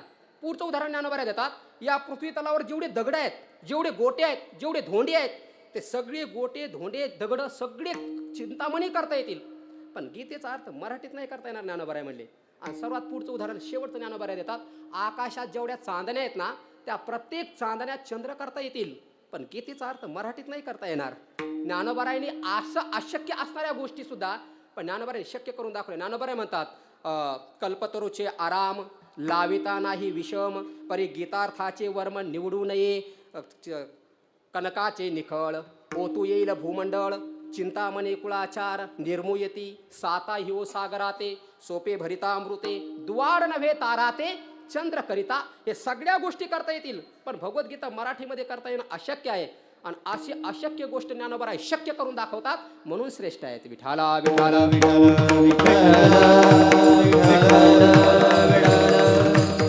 हो, म्हणून ज्ञानोबाचं श्रेष्ठत्व सांगत होतो मी. कर्मक्षेत्रामध्ये ज्ञानोबा सर्वात श्रेष्ठ आहेत, उपासनेच्या क्षेत्रामध्ये श्रेष्ठ आहेत, ज्ञानाच्या क्षेत्रामध्ये श्रेष्ठ आहेत, गुरु परंपरेचं ज्ञान प्रसारित करण्याकरता ज्ञानोबा श्रेष्ठ आहेत. आणि हे प्रचार करणारं हे जे ज्ञान आहे ना, मराठी भाषेमध्ये करतात, म्हणून ज्ञानोबा सर्वात श्रेष्ठ आहेत. आणि अशा श्रेष्ठ ज्ञानोबाकडे एकनाथ महाराज विनंती करतात. महाराज म्हणतात माऊली तुम्ही श्रेष्ठ आहात, म्हणून माझी ऐकावी विनंती. ज्ञानदेवा श्रेष्ठामूर्ती तुम्ही श्रेष्ठ आहात, माझी विनंती आहे तुमच्याकडे, माझी विनंती ऐका. आणि काय विनंती आहे असा कदाचित ज्ञानोबाने प्रश्न विचारला असेल, त्या प्रश्नाचं उत्तर अभंगाच्या दुसऱ्या चरणात देतात. तुम्ही बैसोनी अंतरी, तुम्ही बैसोनी अंतरी,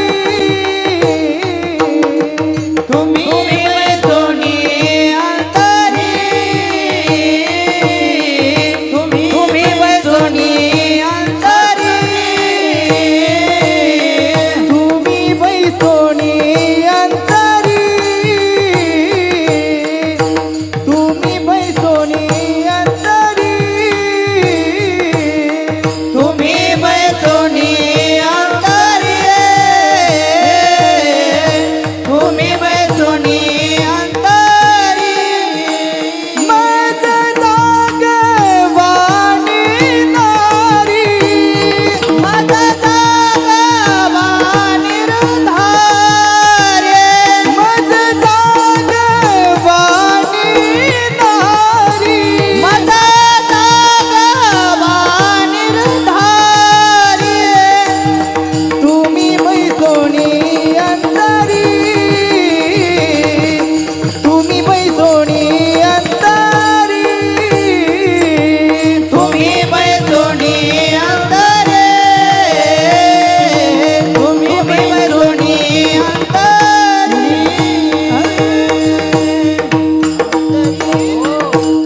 विनंती करतात महाराज तुम्ही माझ्या अंतकरणामध्ये बसा, तुम्ही बैसोनी अंतरी. आणि अंतरी बसून काय करा?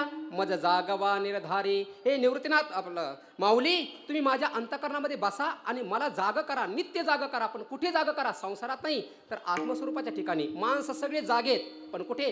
संसारामध्ये. संसारात माणसं जागेत हो, पण आत्मस्वरूपाच्या ठिकाणी झोपलेले आहेत. आणि संत आत्मस्वरूपाच्या ठिकाणी जागे असतात आणि संसारामध्ये मात्र संत झोपलेले असतात. या निशा सर्व भूतानाम तश्याम जागृती संयमी, यशाम जागृती भूतानी सा निशा पश्यतो मुने. हे ज्ञानोबा वर्णन करतात जिथं हे संसारिक लोक जागेत, कुठे जागेत? हे फक्त संसारामध्ये. याला संसार कसा करावा चांगला कळतो, पण परमार्थ कसा करावा हे यांना कळत नाही, म्हणून परमार्थाच्या ठिकाणी हे झोपलेले आहेत. पण संत परमात्म्याच्या स्वरूपाच्या ठिकाणी जागे असतात आणि संसारामध्ये झोपलेले असतात. म्हणून एकनाथ महाराज विनंती करतात, माऊली मला आत्मस्वरूपाच्या ठिकाणी तुम्ही जरा जागा करा. पण आत्मस्वरूपाची जागृती येते कुठे? ती डोळ्याला येत नाही, ते कानाला येत नाही, कुठल्याच ज्ञानेंद्रियाला येत नाही. सगळ्या ज्ञानेंद्रियाच्या आतीत असणारं ते परमात्म स्वरूप आहे आणि त्याची अनुभूती, त्याची जागृती ही केवळ फक्त अंतःकरणातच घेतली जाते. म्हणून जय जय स्वसंवेद्या असं म्हणलंय. स्वतः स्वयं एव अनुभूतित्वात, स्वतःच त्याची अनुभूती घेतल्या जाते. म्हणून त्या आत्मस्वरूपाच्या ठिकाणी तुम्ही मला जागा करा. का बरं? कारण जागा करण्यामध्ये ज्ञानोबरायाकडे जेवढी शक्ती आहे तेवढी शक्ती जगामध्ये कुणाकडे नाही. ज्ञानोबरायाने आज्ञानी लोकांना जागा केलं याच्यात नवल नाही, माणसाला जागा करतील याच्यात नवल नाही. हो, प्राण्याला सुद्धा आत्मस्वरूपाच्या ठिकाणी ज्ञानोबरायाने जागा केलंय. कोणत्या कोणत्या प्राण्याला केलं तुम्हाला सांगण्याची गरज नाही. ज्ञानोबरायाने काय केलं? रेड्याला आत्मस्वरूपाच्या ठिकाणी जागा केलं की नाही? आत्मस्वरूपाच्या ठिकाणी ज्ञानोबराय रेड्याला जागा करू शकतात. याच्यापेक्षा अजून दुसरी कोणती शक्ती असावी लागते? जर रेडा आत्मस्वरूपाच्या ठिकाणी जागा होऊ शकतो, तर नाथ महाराज म्हणतात तुम्ही माझ्या अंतःकरणामध्ये बसल्याच्या नंतर मी आत्मस्वरूपाच्या ठिकाणी जागा होणार नाही का? बरं जाऊ द्या, रेड्याला आत्मस्वरूपाच्या ठिकाणी जागा करतील याच्यात नवल नाही, कारण त्याच्यात प्राण तरी आहेत. जरी तो निर्बुद्ध असला तर त्याच्या ठिकाणी प्राण आहेत. पण ज्ञानोबरायाने या जगाच्या पाठीवर पहिला चमत्कार असा करून दाखवलाय की जो कुणालाच करता आला नाही आजपर्यंत. मेलेल्या माणसाला जिवंत करून त्याला आत्मस्वरूपाच्या ठिकाणी जागा करून त्याच्याकडे ज्ञानेश्वरी लिहून घेतली. विठाला विठाला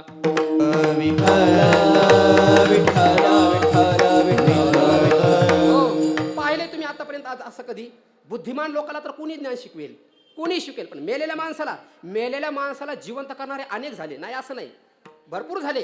पण मेलेल्या माणसाला जिवंत करून त्याला ब्रह्मज्ञान देऊन पुन्हा त्याच्याकडनं ज्ञानेश्वरी लिहून घेणारे आणि त्याला आत्मस्वरूपाच्या ठिकाणी जागा करणारे जगाच्या पाठीवर फक्त ज्ञानोबराय झाले, बाकी दुसरं कोणी नाही झालं. बरं याच्याही पुढे चला, रेड्याला आत्मस्वरूपाच्या ठिकाणी जागा करणारे ज्ञानोबराय आहेत. मेलेल्या माणसाला जिवंत करून त्याला आत्मस्वरूपाच्या ठिकाणी जागा करणारे ज्ञानोबराय आहेत. एवढंच नव्हे, 1400 वर्षे जिवंत राहिलेल्या चांगदेवाला देखील आत्मस्वरूपाच्या ठिकाणी जागा करणारे हे ज्ञानोबराय आहेत. स्वस्ती श्री वटेशु जो लपोनी जगदाभासो. ज्ञानोबरायाने 1400 वर्ष जिवंत राहिलेल्या चांगदेवाला देखील आत्मस्वरूपाच्या ठिकाणी जागा केली. एवढी जागृती जगामध्ये कोण देऊ शकतं महाराज? कोणी देऊ शकत नाही. याच्या पुढे अजून चला, ज्ञानोबरायावरती ज्यांनी अपकार केला, ज्यांनी मडकं मिळू दिलं नाही, ज्यांनी खाऊ दिलं नाही, मधुकरी मागू दिली नाही, गावात फिरू दिलं नाही, असा विश्ववा खेचर सर्वात कट्टर विरोधक ज्ञानोबरायांचा आळंदीतला सर्वात कट्टर विरोधक. पण ज्ञानोबरायाने त्याच्यावरती कृपा केली, त्याला आत्मस्वरूपाच्या ठिकाणी जागा करून वारकरी संप्रदायातले प्रेममूर्ती म्हणून नामदेव महाराजांची प्रसिद्धी, त्या नामदेव महाराजांचे गुरु होण्याचं सौभाग्य त्यांना प्राप्त करून दिले. म्हणजे कट्टर शत्रूला सुद्धा आत्मस्वरूपाच्या ठिकाणी जागा करणारे ज्ञानोबराय आहेत. रेड्याला देखील आत्मस्वरूपाच्या ठिकाणी जागा करणारे ज्ञानोबराय आहेत. मेलेल्या माणसाला जिवंत करून आत्मस्वरूपाच्या ठिकाणी जागा करणारे हे ज्ञानोबराय आहेत. आणि 1400 वर्ष जिवंत राहिलेल्या चांगदेवाला आत्मस्वरूपाच्या ठिकाणी जागा करणारे हे ज्ञानोबराय आहेत. म्हणून नाथ महाराज माऊलीकडे विनंती करतात, माऊली तुम्ही बैसोनी अंतरी, तुम्ही जर माझ्या अंतःकरणामध्ये बसले तर मी आत्मस्वरूपाच्या ठिकाणी नक्की जागा होईल. म्हणून तुम्ही माझ्या अंतःकरणामध्ये बसून मला आत्मस्वरूपाच्या ठिकाणी जागा करा. ज्ञानोबरायाने हा तर प्रताप केलाच, पण ज्ञानेश्वरीच्या माध्यमातून एक नाही, दोन नाही, कितीकच लोक जागे केले सांगता येत नाही महाराज. प्रगट गुह्य बोले विश्व ब्रह्माची केले रामा जनार्दने अजनार्दने पायी टंकची केले. आरती ज्ञानराजा, आरती ज्ञानराजा, महाकैवल्यतीचा सेविती साधू संत, सेविती साधू संत मनोविधीला माझा. आरती ज्ञानराजा, ज्ञानोबरायाने रेड्याला जागा केलं याच्यात नवल नाही महाराज. मेलेल्या माणसाला जिवंत केलं याच्यातही नवल नाही. 1400 वर्ष जिवंत राहिलेल्या चांगदेवाला जागा केलं याच्यातही नवल नाही. नवल याच्यामध्ये आहे जे जड मूळ लोक आहेत, सामान्य लोक, कधी त्यांनी कीर्तन ऐकलं नाही, कधी त्यांनी प्रवचन ऐकलं नाही, कधी काही ऐकलं नाही, अशा लोकांना सुद्धा ज्ञानोबरायाने ज्ञानेश्वरी सांगून आत्मस्वरूपाच्या ठिकाणी त्यांना जागे केले महाराज. एवढे जागे केले की तेवढं जगामध्ये कार्य कुणालाच करता आलं नाही, कुणालाच करता आलं नाही. अनेक जगाला ज्ञान देणारे, या ज्ञानाचा प्रचार प्रसार करणारे या विश्वामध्ये अनेक लोक झाले, अनेक महापुरुष झाले, अनेक सत्पुरुष झाले. पण ज्ञानोबारांनी जेवढ्या आत्मस्वरूपाच्या ठिकाणी लोकांना जागं केलं तेवढं कुणालाही करता आलं नाही. ज्ञानोबारांनी सामान्य संसारिक लोकांना जागं केलं, ज्ञानोबारांनी योग्याला जागं केलं, ज्ञानोबारांनी जपी तपी साधक सर्वांना आत्मस्वरूपाच्या ठिकाणी जागं केलं. आणि हे जागं करण्याकरता ज्ञानोबारांनी वैष्णवांची मांदियाळीच तयार केली होती. मिळविली मांदी वैष्णवांची मांदी एकत्रित करून ज्ञानोबारांनी अख्ख्या विश्वाला हे ज्ञान दिलं. पण हे ज्ञान देत असताना आणि आत्मस्वरूपाच्या ठिकाणी लोकांना जागृती करत असताना ज्ञानोबारांनी जातीपातीचा विचार नाही केला. हा माझ्या जातीचा, मग यालाच मी ज्ञान देईल, बाकीच्याला देणार नाही. हा तमक्या जातीचा, मग त्याला मी आत्मस्वरूपाच्या ठिकाणी जागा करणार नाही. कोणत्याही जातीचा असू द्या महाराज, कोणत्याही, न पाहे याती कुळाचा विचार भक्त करुणा कर ज्ञानोबारांनी आत्मस्वरूपाच्या ठिकाणी लोकांना जागा करत असताना जातीपातीचा विचार केला नाही महाराज. तुम्ही महाभारताचा अभ्यास करून पहा, परशुरामासारखा धनुर्धर जगात झाला नाही, भविष्यातही होणार नाही आणि भूतकाळातही कोणी नव्हता. परशुरामासारखा विद्वान धनुर्धर अजून जन्माला आला नाही. पण ज्या वेळेला कर्ण त्यांच्याकडे ज्ञान घेण्याकरता गेला, सूतपत्र म्हणून त्याला ज्ञान दिलं नाही. म्हणून परशुरामाने सांगितलं मी ज्ञान देईल तर फक्त ब्राह्मणालाच देईल, बाकीचे कोणाला देणार नाही. म्हणजे परशुरामाकडे ज्ञान आहे पण ब्राह्मणाला सोडून इतराला ते ज्ञान देत नाहीत. अजून त्यांचा शिष्य बघा, गुरुची परंपरा शिष्याने तंतोतंत चालवली. द्रोणाचार्य तुम्ही पहा, द्रोणाचार्यांनी ज्ञान घेतलं आणि घेतल्याच्या नंतर त्यांच्याकडे ज्ञान शिकण्याकरता एकलव्य भिल्ल गेला. भिल्लाच्या असल्यामुळे त्यांनी सांगितलं महाराज मला हे ज्ञान द्या. त्याने विचारलं कोणत्या जातीचा आहे तू, कोणत्या धर्माचा आहे. त्यांनी सांगितलं मी भिल्ल जातीचा. द्रोणाचार्याने सांगितलं मी प्रतिज्ञा केली मी क्षत्रियाला सोडून दुसरं कोणाला ज्ञान देत नाही. काय चमत्कार आहे महाराज बघा. परशुराम ब्राह्मणाला सोडून ज्ञान देत नाहीत, द्रोणाचार्य क्षत्रियाला सोडता दुसरं कोणाला ज्ञान देत नाहीत. पण ज्ञानोबाराला हे ज्ञान प्राप्त झाल्याच्या नंतर ज्ञानोबारांनी जातीपातीचा विचार नाही केला. भलतेने येथे सद्भावे नहावे प्रयाग माधव विश्वरूप पहावे येतुलेने संसारासी द्यावे तिळोदक. ज्ञानोबारांनी लोकांना ज्ञान देण्याकरता ज्ञानेश्वरी ग्रंथ निर्माण केला. कोणत्या जातीच्या लोकांनी वाचावा, कोणत्याही जातीचा, कोणत्याही धर्माचा, कोणत्याही प्रांताचा, कोणत्याही लिंगाचा असू द्या, फक्त त्याच्या अंतःकरणामध्ये भाव असला पाहिजे. भाव धरून या वाचे ज्ञानेश्वरी कृपा करी हरी तयावरी. भाव धरून मग स्त्रीने जरी वाचले महाराज, या आळंदीमध्ये अशा काही बाया येतात दिसायला निव्वळ येड्यासारख्या दिसतात पण ज्ञानेश्वरी सारखा ग्रंथ त्यांच्या मुखपाठ आहे. आळंदीमध्ये एक म्हातारी आहे, अहो आजनवृक्षाखाली ती कधी कधी पारायण करत असताना दिसत असते. तिच्याकडे पाहिलं तर अशी वाटते येडी ही काही की ही, पण 9033 वया पूर्ण कंठात आहेत तिच्या. विठाला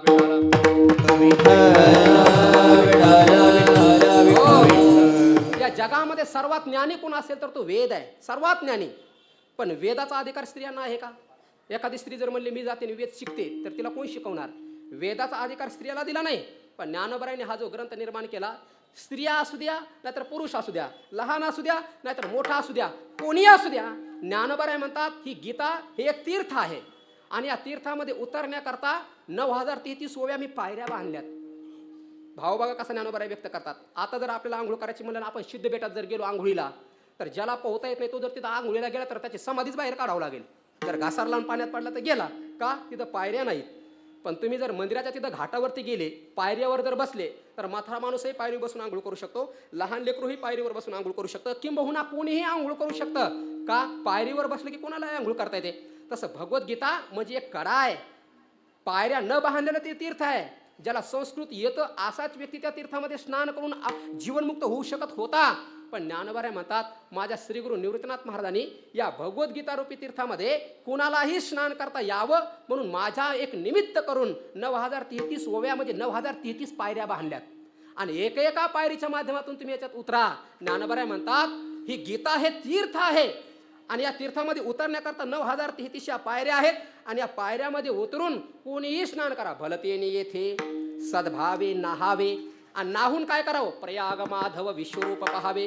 प्रयाग स्वरूप असणारा हा परमात्मा, विश्वस्वरूप असणारा परमात्मा याला पहा आणि पाहून काय करा, संसाराशी द्यावे तिळोदक. संसाराची लुप्त होऊन जातो, संसार बाधित ठरतो, संसार अनित्य आहे असं त्या गीतेमध्ये स्नान झाल्याच्या नंतर कळतं. आणि हे स्नान करण्याकरता ज्ञानोबारांनी ज्ञानेश्वरी सारखा ग्रंथ निर्माण केला आणि हा ग्रंथ निर्माण करत असताना जातीपातीचा विचार न करता कोणत्याही धर्माचा असू द्या. म्हणून ज्ञानोबारांचे वर्णन कसं केलं महाराज साधू संतांनी, उदार आहेत ज्ञानोबाराय, कृपाळू उदार माझा ज्ञानेश्वर तया नमस्कार वारंवार. उदार म्हणले ज्ञानोबारायला. का उदार म्हणलं ऐका, एका जन्मात कमवलेली संपत्ती आपण लवकर पोरांना वाटून देत नाही. ज्ञानोबारायांनी अनेक जन्मात कमवलेली संपत्ती सर्व समाजाला सहज वाटून दिली. ज्ञानेश्वरी ती शेवटची ओवी तुम्ही पहा. ज्ञानोबाराय म्हणतात पुढती पुढती पुढती या ग्रंथ पुण्य संपत्ती. ज्ञानोबा म्हणतात हा ग्रंथ नाहीये, ही ग्रंथ म्हणजे मी अनेक जन्म कमवलेली पुण्याची संपत्ती आहे. आणि एकदा नाही त्रिवार सांगतात, पुन्हा सांगतो म्हणतात, पुन्हा सांगतो काय, हा ग्रंथ पुण्याची संपत्ती आहे. आणि ही संपत्ती घेऊन काय करा, सर्व सुखी सर्वभूती संपूर्ण होईजे. हा ग्रंथ तुम्ही जीवनामध्ये घ्या, याचा अभ्यास करा, याचे पारायण करा, याचं चिंतन करा, याचं श्रवण करा, याचं निधिध्यासन करा, जीवनामध्ये अनुष्ठान करा, तुम्हाला मुक्ती प्राप्त होईल. विठाला विठाला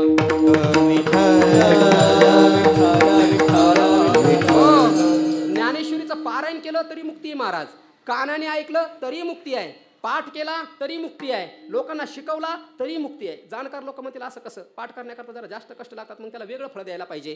पारायण करण्याकरता थोडे कमी कष्ट लागतात, मग त्याला वेगळं फळ द्या. जे नुसते वाटेवर बसून ऐकतात त्यांना थोडं वेगळं फळ द्या.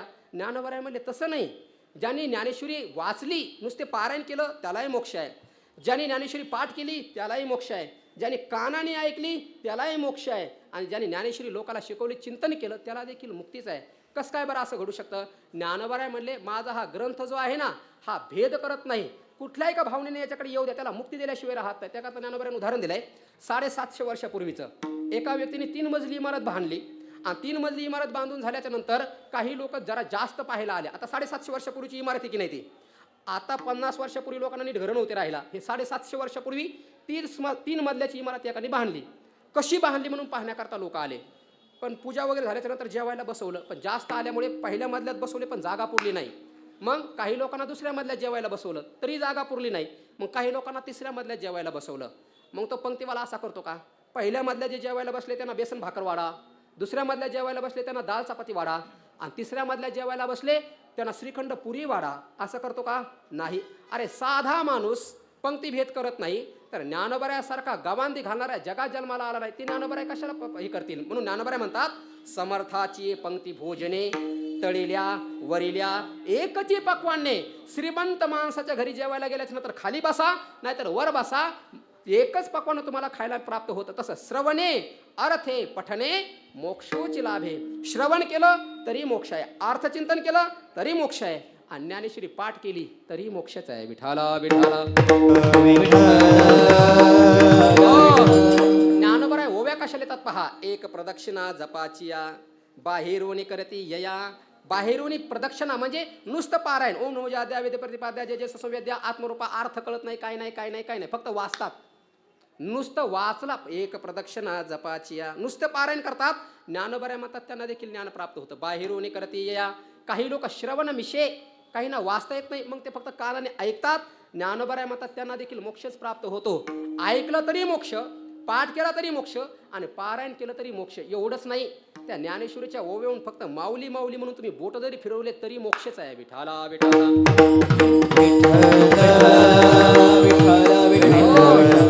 ज्ञानेश्वरी वाचणाऱ्या व्यक्तीला ज्ञान प्राप्त होतच, असा त्या गीतेला वरच टीकेला वर आहे महाराज. ज्ञान होय अज्ञानासी ऐसा वर त्या टीकेसी. किती मूर्ख माणूस असू द्या, किती नालायक असू द्या, कसाही असू द्या, पण त्याने ज्ञानेश्वरी वाचली की त्याला ज्ञान प्राप्त होतच महाराज. होतं म्हणजे होतच.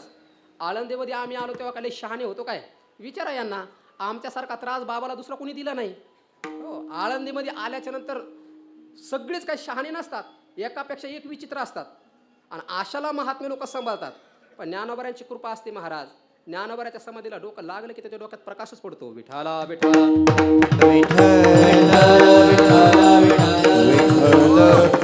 कितीही मंद बुद्धीचा असू द्या, तुका म्हणे ऐसी बुद्धीच्याची जड त्याऊनी दगड बरे देवा.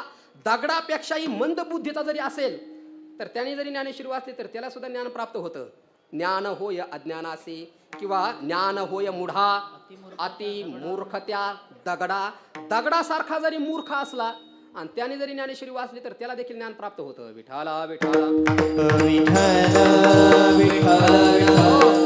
हा सगळा ज्ञानाचा प्रकाश बुद्धीमध्ये पडतोय. कशाच्या माध्यमातून? ज्ञानेश्वरीच्या माध्यमातून. म्हणून ज्ञानोबरायांनी अख्ख्या जगाला आत्मस्वरूपाच्या ठिकाणी जागृत करण्याचा हा उपक्रम केला, आणि हा ग्रंथ निर्माण करून अख्ख्या जगाला आत्मस्वरूपाच्या ठिकाणी जागा करण्याचा उद्योग ज्ञानोबरायांनी जीवनामध्ये केलेला आहे. मग जे जगाला जागा करू शकतात, जे रेड्याला जागा करू शकतात, जे मेलेल्या माणसाला जिवंत करून त्याला जागा करू शकतात, 1400 वर्ष जिवंत राहिलेल्या चांगदेवाला जे जागा करू शकतात, विश्व खेचराला जे आत्मस्वरूपाच्या ठिकाणी जागा करू शकतात, ते ज्ञानोबा आपल्याला जागा करणार नाहीत का? करतील. फक्त विनंती करा त्यांच्याकडे. आलात ना आळंदीला तर ज्ञानोबाच्या समाधी पुढे हात जोडून विनंती करा, माऊली माझी ऐकावी विनंती. ज्ञानदेवा श्रेष्ठ मूर्ती, तुमच्यासारखा श्रेष्ठ या जगात दुसरा कोणी नाही. फक्त विनंती एवढीच आहे, आमच्या अंतःकरणामध्ये बसून आम्हाला आत्मस्वरूपाच्या ठिकाणी जाग करा. तुम्हीच का करू शकता? कारण संसाराची निवृत्ती करण्याकरता शक्ती जी आहे ती फक्त तुमच्याकडेच आहे. म्हणून या संसाराची निवृत्ती करणारी शक्ती संपन्न तुम्ही आहात. अभंगाच्या 3ऱ्या चरणात तुम्ही सत्ताधारी, तुम्ही सत्ताधारी, तुम्ही सत्ताधारी, तुम्ही सत्ताधारी, तुम्ही सत्ताधारी, तुम्ही सत्ताधारी, तुम्ही सत्ताधारी,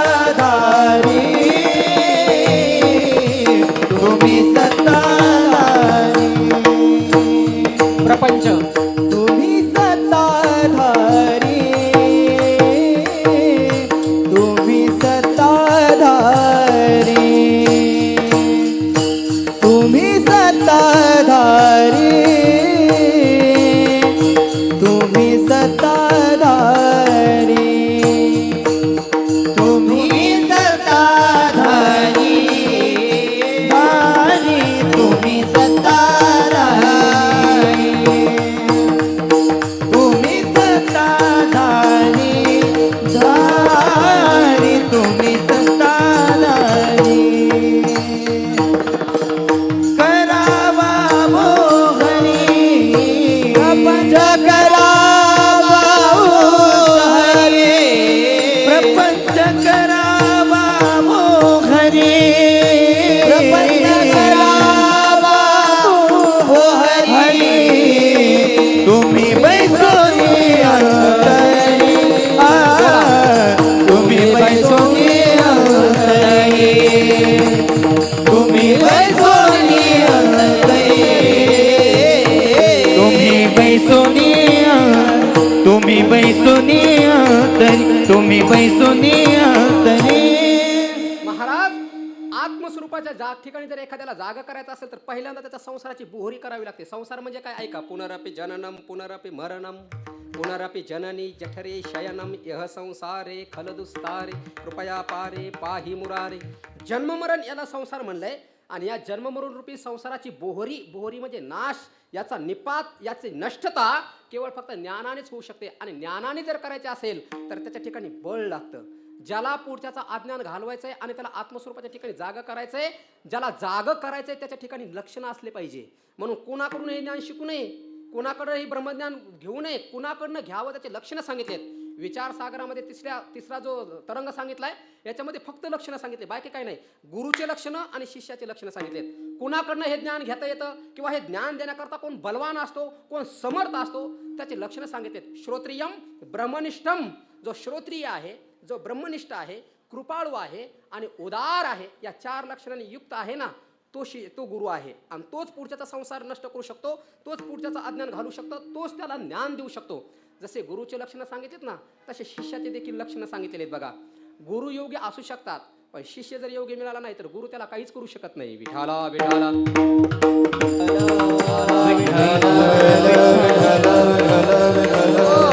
म्हणून गुरुचे लक्षणं सांगित असताना श्रोत्रिय, ब्रह्मनिष्ठ, कृपाळू आणि उदार या 4 लक्षणांनी युक्त असतो. अशा गुरूंच्या सहवासामध्ये जाऊन ज्ञान प्राप्त करून घेतलं पाहिजे. या 4 लक्षणाचं बळ त्याच्या जीवनामध्ये असलं पाहिजे. आणि 4ही बळ ज्ञानोबराच्या जीवनामध्ये दिसतं. किती बलवान आहेत ज्ञानोबरा आहे. ज्ञानोबराच्या ठिकाणचं बळ सांगत असताना महाराजांनी वर्णन केलंय, अंगी ऐसे बळ रेडा बोले. एवढं बळ आहे माऊलीकडे, एवढी शक्ती आहे अंगामध्ये, एवढी ताकद आहे, एवढं सामर्थ्य आहे की रेडा वेद बोलू शकतो, एवढं बळ आहे त्यांच्याकडे. ज्ञानाचं बळ आहे, भक्तीचं बळ आहे, योगाचं बळ आहे, जपाचं बळ आहे, त्यागाचं बळ आहे, अनुष्ठानाचं बळ आहे. जेवढे बळ लागतात सगळीच बळ ज्ञानोबराकडे आहेत. विठाला विठाला पुढच्याला अज्ञान निवृत्त करून त्याला ज्ञान देण्याकरता आणि त्याची संसाराची निवृत्ती करण्याकरता काळावरती सुद्धा बळ असावं लागतं.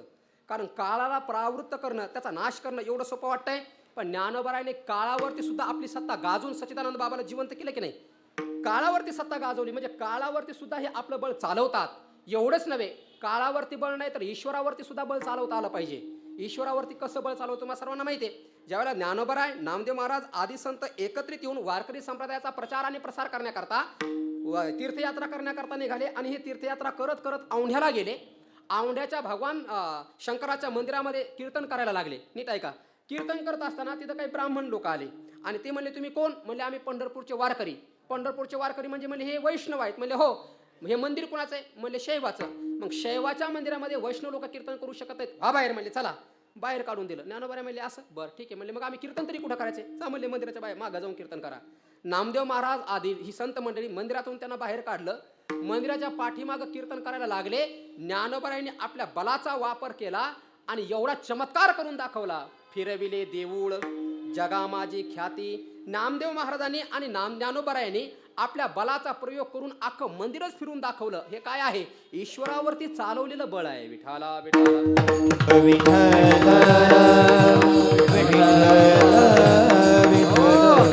म्हणून एखाद्याला ज्ञान द्यायचं असेल तर काळावरती बळ असावं लागतं, ईश्वरावरती बळ असावं लागतं, ज्ञानावरती शब्द ब्रह्मावरती बळ असावं लागतं.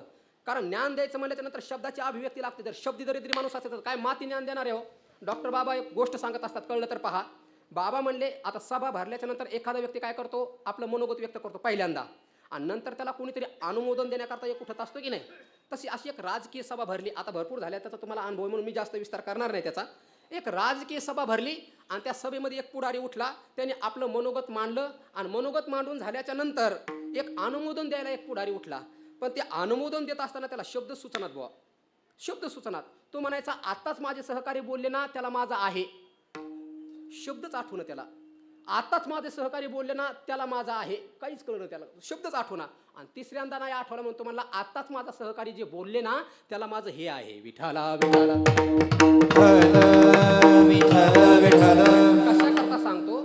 एखादा अंतकरणात उत्पन्न झालेला अभिप्राय जर व्यक्त करायचा असेल तर तो अभिप्राय व्यक्त करण्याकरता, तो विचार व्यक्त करण्याकरता शब्दाची सृष्टी लागते महाराज. म्हणून ज्ञानोबरायांनी गुरुकडे विनंती केली, हे वाक सृष्टी एकची वेळे, देखतो माझे बुद्धीचे डोळे, तैसा उदय जोजी निर्मळे कारुण्य बिंबे. महाराज, हे तत्वज्ञानाची अभिव्यक्ती करण्याकरता जी शब्द रचना लागते, जे वाक चातुर्य लागतं ना, आता अभिनव वाग विलासिनी, जे चातुर्यार्थ कला कामिनी, हे जे वाक चातुर्य लागतं, जे भाव उत्पन्न करण्याकरता नवरसी भरवी सागरू. सगळ्या ओव्या तुम्ही पाहून घ्या, पुष्कळ विस्तार आहे याचा. मग हे शब्द ब्रह्माची अभिव्यक्ती करण्याकरता, शब्द ब्रह्मावरती कमांड असण्याकरता, ज्ञानाकरता सगळी शास्त्र माहिती पाहिजे. जर एखादा व्यक्ती साधक जर आला आणि त्याने एखादी जर शंका विचारली आणि शब्दाच्या माध्यमातून जर निरसित नाही करता आली, जे त्या शास्त्राचे निरसन नाही करता आलं, तर त्याचं निरसन नाही झालं तर त्याला ज्ञान प्राप्त होत नाही. म्हणून गुरुकडे शब्दावरती म्हणजे शब्द ब्रह्मावरती कमांड असणं त्याची फार गरजेचं आहे. शब्दज्ञान त्याला असलं पाहिजे. ज्ञानोबरायाचा सारखा शब्दज्ञानी जगात अजून जन्माला आला नाही. का आला नाही? ज्ञानोबरायाची शब्दावरती आणि शास्त्रावरती किती पकड आहे पहिल्याच अध्यायामध्ये तुम्ही पाहून घ्या. सुरुवातीच्याच ओव्या पाहून घ्या. काय जबरदस्त प्रभुत्व आहे ज्ञानोबरायांचं. तुम्ही मातीचा गणपती पाहिला असेल, तुम्ही सोन्याचा गणपती पाहिला असेल, तुम्ही चांदीचा गणपती पाहिला असेल, पण शब्द ब्रह्माचा गणपती आणि शास्त्राचा गणपती जगाच्या पाठीवर फक्त माऊलीने निर्माण केलाय. म्हणून ज्ञानोबरायांकडे जे बळ आहे, हे बळ ज्ञानोबरायांकडे आहे. कोणतं? शब्द ब्रह्माचं बळ ज्ञानोबरायांकडे आहे. ज्ञानोबराय म्हणतात, आता आहे का तुम्ही टाळ्या वाजवल्यात, मला संपवायचं होतं, पण मला तुम्ही टाळ्या वाजवल्यामुळे स्फूर्ती आली. जेवढ्या वेळा तुम्ही टाळ्या वाजवता तिथून पुढे 5 मिनिटं कीर्तन अजून वाढेल. विठाला विठाला ऐका, आता आठवलंय मला तुमच्या कृपेने, तर मग आता सांगून जातो जाता जाता. कशाला थोडंसं ते ऐका. शब्द ब्रह्म ज्ञानोबराय गणपती कसा सांगतात हे नीट ऐकून घ्या. तिथं ज्ञानोबरायाने 2 गणपती सांगितलेत. पहिल्या ओळीमध्ये आणि दुसऱ्या ओळीमध्ये ज्ञानोबराय म्हणतात, जो ओंकार आहे, जो ओंकार आहे हाच आत्मा आहे आणि जो आत्मा आहे तोच परमात्मा आहे. आणि आत्मा, ओंकार आणि परमात्मा हे तिन्ही एकच आहेत. हे कोणी सांगितलं? वेद प्रतिपाद्या.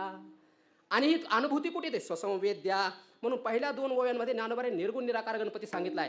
आणि तिसऱ्या ओव्यापासून खाली ज्ञानोबराय म्हणतात, गणपती गणपती म्हणजे कोणता? सगुण गणपती जर तुम्हाला पाहायचा असेल, साकार गणपती पाहायचा असेल, तर हे शब्द ब्रह्म अशेष. आता मी ओव्या म्हणत नाही, सरळ भाव सांगतो पुढे जातो. ज्ञानोबराय म्हणतात, शब्द ब्रह्म म्हणजे वेद. वेद हाच गणपतीची मूर्ती आहे. आणि त्या वेदामध्ये जे वर्ण आले की नाही, वर्णाचे प्रकार ऐवण रोल रोक येवंग आयाव छयवरट सगळं सांगत आता बसत नाही. हे जेवढे काही वर्ण आलेत वेदामध्ये, ज्ञानोबराय म्हणतात ही गणपतीची वपू म्हणजे हे गणपतीचे शरीर आहे. मग अवयव कोणते आहेत? नाक कोणतं, कान कोणता, हात कोणता, पाय कोणता? ज्ञानोबराय म्हणले स्मृती तेची अवयव. यज्ञवल्क्य स्मृती आपस्तंभ स्मृती, मनु स्मृती, हे जे स्मृती ग्रंथ आहेत ना, हे गणपती बाप्पाचे अवयव आहेत. तरी सुद्धा काही भंगार लोकांनी गणपती बाप्पाचे अवयव जाळण्याचा प्रयत्न केला आणि अशा लोकांना आपण मतदान केले. विठाला विठाला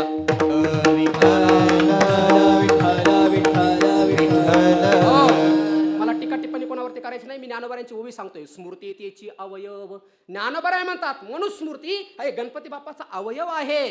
अजून पुढे चला. 18 पुराण ज्ञानोबाराय म्हणतात हे गणपती बाप्पाच्या गळ्यातला हार आहे. आणि 18 पुराणांमध्ये जे मंत्र सांगितले ना, हे मंत्र म्हणजे कोंदणं आहेत. आणि त्या मंत्राच्या माध्यमातून प्रतिपादन केलेला जो सिद्धांत आहे, त्या कोंदणामध्ये खोवलेला तो रत्न आहे.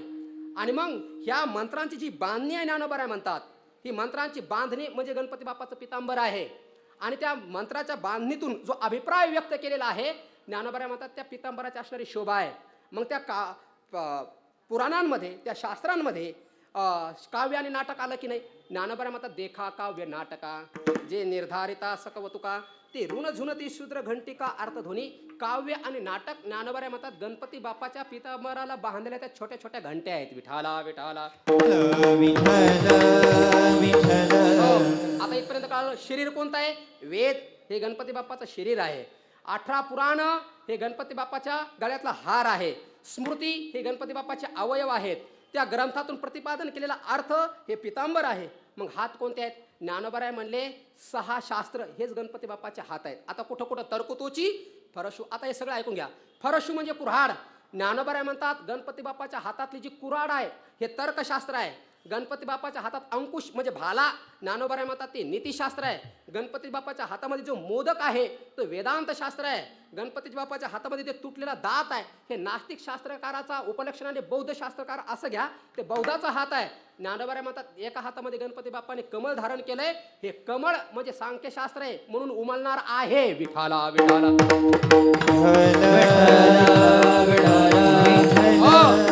आणि अभय हस्त जो सांगितलेला आहे ना, ज्ञानोबाराय म्हणतात अभय हस्त म्हणजे ही पूर्वमीमांसा आहे. कळले 6 हात? ज्याला कळले असतील ते ऐकून ठेवा, ज्यांना नाही कळले त्यांनी जेवून जा. विठाला विठाला हो. पण ठीक आहे, आता गणपती बाप्पाचे हात कळले, त्यांचे शरीर कळलं, त्यांचं अवयव कळलं, त्याचं पितांबर कळलं. पण गणपती बाप्पाचे सोंड सांगा ना. काही गणपती उजव्या सोंडाचे, काही गणपती डाव्या सोंडाचे. मग गणपती बाप्पाचं सोंड कोणतं आहे? ज्ञानोबाराय म्हणतात देखा विवेक तव सुविमळू. विवेक जो आहे, जो विमल म्हणजे शुद्ध असणारा विवेक, ग्राह्य काय त्याज्य काय, काय करावं काय करू नये, हा विवेक जीवनामध्ये असणं हा गणपती बाप्पाची सोंड आहे. आणि ज्ञानोबाराय म्हणतात दात कोणते आहेत? वाद. आणि त्या संवादामध्ये असणारी समता हा गणपती बाप्पाचा दात आहे. वाद हा दात आहे आणि वादामध्ये असणारी समता हे गणपती बाप्पाच्या दाताचा शुभ्रपणा आहे. आता एक किचकट विषय आहे, सांगतो 1 मिनिटात ऐका. कुठलाही सिद्धांत जर प्रस्थापित करायचा असेल ना, तर त्याच्यावरती चर्चा करावी लागत असते. आणि ती चर्चा करण्याकरता विद्वान लोक एकत्रित आले की त्या मुद्द्यावरती एक जण आपला मत मांडतो, त्याला मंडन म्हणतात. आणि त्याच्या मताचा जो खोडतो त्याला खंडन म्हणतात. असं खंडन मंडन चालतं वाद करत असताना. आणि त्या वादाचे 3 प्रकार पडतात: जल्प, वितंड आणि संवाद. जल्प म्हणजे काय? आता ऐका. तुम्ही मत मांडायचं, मी त्याचं खंडन करायचं. आणि मग तुमचं खंडन केल्याच्या नंतर मी कोणतं तरी मत मांडायला पाहिजे ना. असं पुढच्याचं खंडन करणं, आपलं मत मांडणं, याला संवाद, आपला याला जल्प म्हणतात. आणि पुढच्याचं नुसतं खंडन करत राहायचं म्हणजे पुढच्याने काही सांगू, तुझं चुकीचं आहे, मग माझं चुकीचं आहे ना बाबा, तू काहीतरी सांग ना. मग खरं काय सांगणार? मी नाही सांगणार. म्हणजे पुढच्याचं चुकीचं आहे एवढंच म्हणायचं, मग तुझं काय खरं ते सांग ना, मी नाही सांगणार. आणि या वादातून जो जन्माला ग्रंथ आला त्याला खंडन खंडन खाद्य म्हणतात. विठाला विठाला मनुष्य जीवनामध्ये ना जल्प महत्वाचा ना वितंड महत्वाचा. मनुष्य जीवनामध्ये संवाद महत्वाचा आहे. ज्ञानेश्वरी संवादातून जन्माला आली, भागवत संवादातून जन्माला आलं, उपनिषद संवादातून जन्माला आलेले आहेत. म्हणून संवाद करत असताना समानता लागावं लागते. म्हणून ज्ञानोबाराय म्हणतात गणपतीचे दात हे जर कोणते असतील तर संवाद हे दात आहे. आणि त्या संवाद करत असताना कुठलाही पक्षपात न ठेवता आपला मताचा त्याग करून खरं काय आहे याचा शोध घेणं, याच्याकरता समानता असावी लागते. ही समानता गणपती बाप्पाच्या दाताची शुभ्रता आहे. विठाला विठाला अजून पुढे चला. सोंड कळाली, दात कळाला, त्याचा शुभ्रपणा कळाला.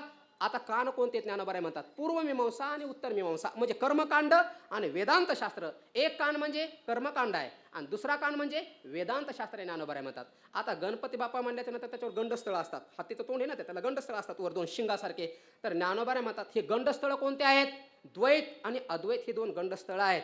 मग असा गणपती सांगून झाल्याच्या नंतर त्या गणपतीला जास्वंदीचे फुलं फार आवडतात. मग त्या गणपतीच्या डोक्यावर जास्वंदीची फुलं कोणती ठेवली? ज्ञानोबाराय म्हणतात, उपरी दशोपनिषदे जे उदारे ज्ञान मकरंदे ती कुसुमी मुकटी सुगंधे शोभती भली. ज्ञानाचा मकरंद प्रदान करण्यामध्ये जे उदार आहेत, ज्ञानोबाराय म्हणतात ते गणपती बाप्पाच्या डोक्यावरती कुसुमाच्या रूपाने शोधतात. असा पूर्ण गणपती सांगून झाल्याच्या नंतर मेखळा राहिली की नाही, कमरपट्टा जसा मी बांधलाय कमरेला तसा, ज्ञानोबाराय म्हणतात व्यासाची बुद्धी ही गणपती बाप्पाचा कमरपट्टा आहे. आणि त्या बुद्धीतला शुद्धपणा आणि त्याच्यातला पवित्रपणा त्या कमरपट्ट्याच्या असणारा मेखळा आहे. असा गणपती जगाच्या पाठीवर फक्त ज्ञानोबाराय सांगू शकले. विठाला मला कीर्तन सोडायचं होतं, आपलं ठरलं होतं टाळी वाजली की 5 मिनिटं लांबणार. तुम्ही टाळ्या वाजवल्या म्हणून अजून पुन्हा 5 मिनिटं. विठाला मी सांगत होतो, पुढच्याचा अज्ञान जर नष्ट करायचा असेल तर बळ लागतं गुरुच्या ठिकाणी, सामर्थ्य लागतं गुरुच्या ठिकाणी. कोणतं? काळावरती सत्ता गाजवण्याचं सामर्थ्य त्याच्याकडे असलं पाहिजे. ईश्वरावरती शक्ती गाजवण्याचं सामर्थ्य त्याच्याकडे असलं पाहिजे. शब्द ब्रह्म असणारा वेद त्याच्यावरती सामर्थ्य त्याचं असलं पाहिजे. आणि त्या वेदाची अभिव्यक्ती करण्याकरता जे वाक्चातुर्य लागतं त्या वाक्चातुर्य त्या अभिव्यक्ती करताही त्याच्या ठिकाणी बळ असलं पाहिजे.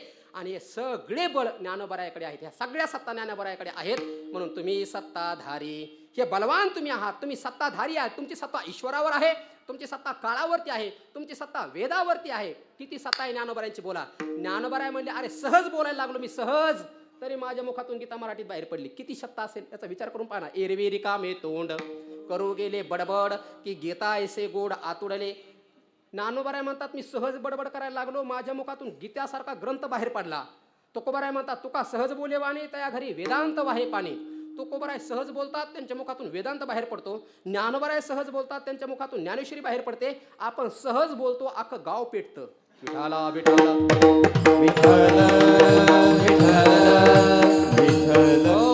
म्हणून ज्ञानोबारायांची सत्ता पहा, काळावर आहे, ईश्वरावर आहे, शब्द ब्रह्मावर आहे, वाणीवरती आहे. सगळी जेवढी काही सत्ता असावी लागते सगळी सत्ता ज्ञानोबारायाकडे आहे. म्हणून नाथ महाराज म्हणतात तुम्ही सत्ताधारी, या बलाचा वापर करून तुम्ही काय करा, प्रपंच करा बा बोहरी माऊली.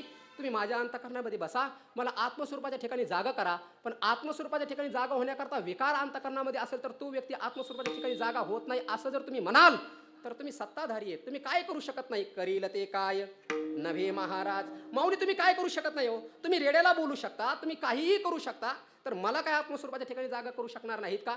कदाचित माऊली तुम्ही म्हणाल अरे बाबा तू लयच पापी आहेस, तू फार अपराध केलेत. तर माऊली तुमच्या सत्तेचा वापर करा. कधी संत कृपेचा हाताचा वापर करतात तर कधी कृपादृष्टीचा वापर करतात. कृपा कटाक्ष निहाळिले आपुले पदे बैसविले. महाराज साधू संतांनी कधी एखाद्याच्या कानाखाली मारले तर त्या कानाखाली मारण्याच्या निमित्ताने त्याला ज्ञान प्रदान केलेलं आहे. अशा अनेक अवलिया साधू आपल्याला झाले दिसतात. मी बालाजी महाराज वागुंडे म्हणून सिद्धबेटात एक संत महात्मे राहतात बघा. मी त्यांच्या मुखातून ऐकलं ते आळंदीला आल्यावेळेला सिद्धबेटामध्ये राहायला गेले. आणि सिद्धबेटामध्ये राहत असताना त्यांच्याकडनं काहीतरी चुकलं. अभंग अभंग म्हणत असताना तो स्वरात आला नाही. जयराम बाबा होते ते एवढे तापले, व्यासपीठावरून खाली उतरले आणि भोंद्या म्हणले आणि विनाश त्याच्या डोक्यात टाकला म्हणले. आणि विना टाकला म्हणले अभंग. आणि महाराज म्हणले माझा स्वर लागला तर आजपर्यंत माझा स्वर गेला नाही. म्हणजे काही ना मारण्याच्या माध्यमातून त्यांना ज्ञान दिलं, काहीला कृपा दृष्टीच्या माध्यमातून ज्ञान दिलं. आता होवी आहे का, आपलं ठरलं होतं टाळी वाजली की 5 मिनिटं वाढले. विठाला विठाला तुमच्यासारखे उदार श्रोते मिळाले मला. आता माझ्यासारखा भाग्यवान मीच आहे. आता होवी आहे का. ज्ञानोबाराय म्हणले हा दिठीवा जयावरी झळकी. नुसती संतांची दृष्टी जरी पडली ना, हा दिठीवा जयावरी झळकी की पद्म करू माथा पारुखे तो जीवाची परी तुके महेशेसी. संतांची दृष्टी पडली तरी पुढच्याला ज्ञान प्राप्त होतं, त्यांचा हात लागला तरी ज्ञान प्राप्त होतं. अरे संतांच्या अंगाचा वारा जरी अंगावर आला ना, आला शीतळ शांतीचा वारा. त्यांच्या अंगाला स्पर्श करून आलेला वारा जरी आपल्या अंगावरती आला तर फिटला पातकाचा थारा. म्हणून नाथ महाराज म्हणतात माऊली तुम्ही माझ्या अंतकरणामध्ये बसून मला आत्मस्वरूपाच्या ठिकाणी जागा करा. तुम्ही तुमच्या सत्तेचा सामर्थ्याचा वापर करून मला तुम्ही हे ज्ञान द्या. आणि ज्ञान देऊन काय करा, संसार करा बा बोहरी. कारण ज्ञानाशिवाय संसाराची निवृत्ती होऊ शकत नाही. ज्ञानाद एव तू कैवल्यम. ज्ञानाशिवाय मोक्ष प्राप्त होत नाही, ज्ञानाशिवाय संसाराची निवृत्ती होत नाही. वदंतु देवान वदंतु शास्त्राने यजंतु देवान कुर्वंतु कर्माने भजंतु देवताः. आत्मैक्य बोधेन विना विमुक्तीर न सिद्ध्यती ब्रह्मशतांतरेपी. ज्ञानानेच मुक्ती प्राप्त होते. आणि ज्ञानोबाराय तुम्ही सामर्थ्य वाढवून शक्ती वाढवून वापरून मला हे ज्ञान तुम्ही द्या. आणि ज्या वेळेला माझा देह पडेल ना त्यावेळेला तुम्ही माझी आठवण करा. श्रेष्ठा ज्ञानदेवा एका जनार्दनी आठवा विठोबा रखुमाई. विठोबा रखुमाई, विठोबा रखुमाई, रखुमाई, विठोबा रखुमाई, विठोबा रखुमाई, विठोबा रखुमाई, विठोबा रखुमाई, विठोबा रखुमाई, विठोबा रखुमाई, विठोबा रखुमाई, विठोबा रखुमाई, विठोबा रखुमाई, विठोबा रखुमाई, विठोबा रखुमाई, विठोबा रखुमाई, विठोबा रखुमाई, विठोबा रखुमाई, विठोबा रखुमाई, विठोबा रखुमाई, विठोबा रखुमाई, विठोबा रखुमाई. कुंडली कवरदा हरी विठ्ठल श्री ज्ञानदेव पंढरीनाथ भगवान माऊली ज्ञानेश्वर महाराज गोपाल कृष्ण भगवान सद्गुरु जोग महाराज सद्गुरु विठ्ठल बाबा की आनंद आश्रम स्वामी महाराज डॉक्टर बाबा की विठोबा रखुमाई, विठोबा रखुमाई, विठोबा रखुमाई.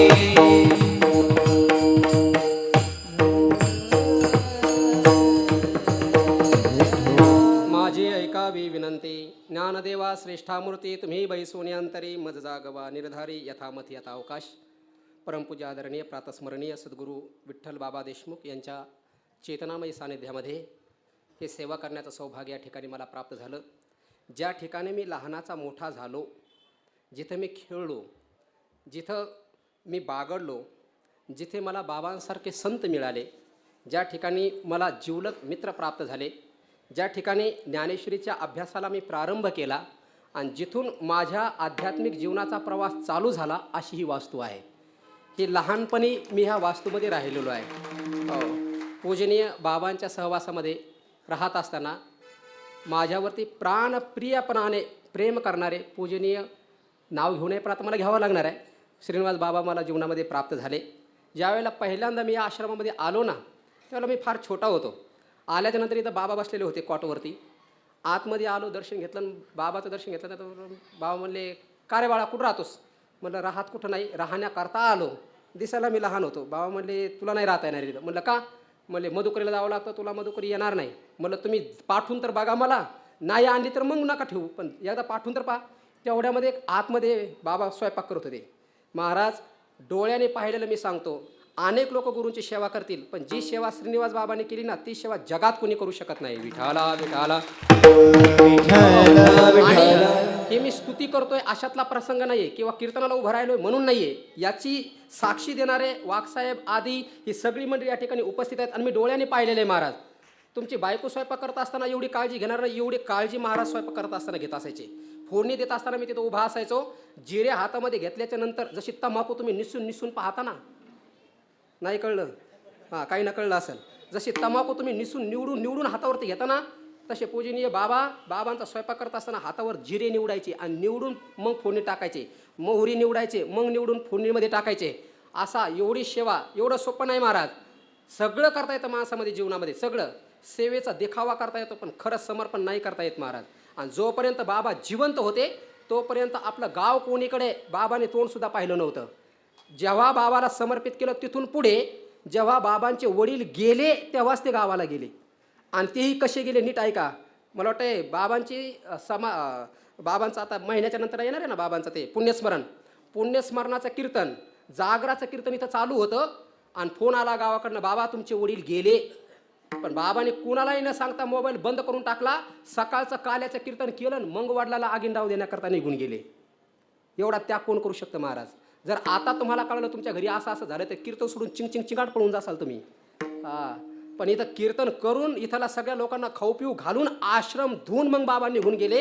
एवढा त्याग जीवनामध्ये ज्याच्या असतो त्यालाच गुरूंची कृपा प्राप्त होते. विठाला विठाला.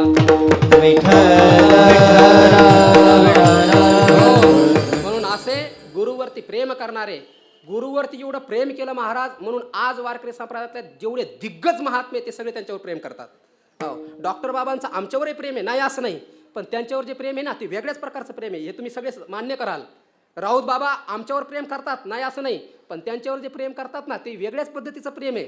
तुम्ही तुमच्या लेकरावरती तरी स्वार्थापोटी प्रेम करता, पण बाबावरती जे संत लोक प्रेम करतात ना हे निरतिशय अशा प्रकारचं अकारण त्यांच्यावरती ते प्रेम आहे.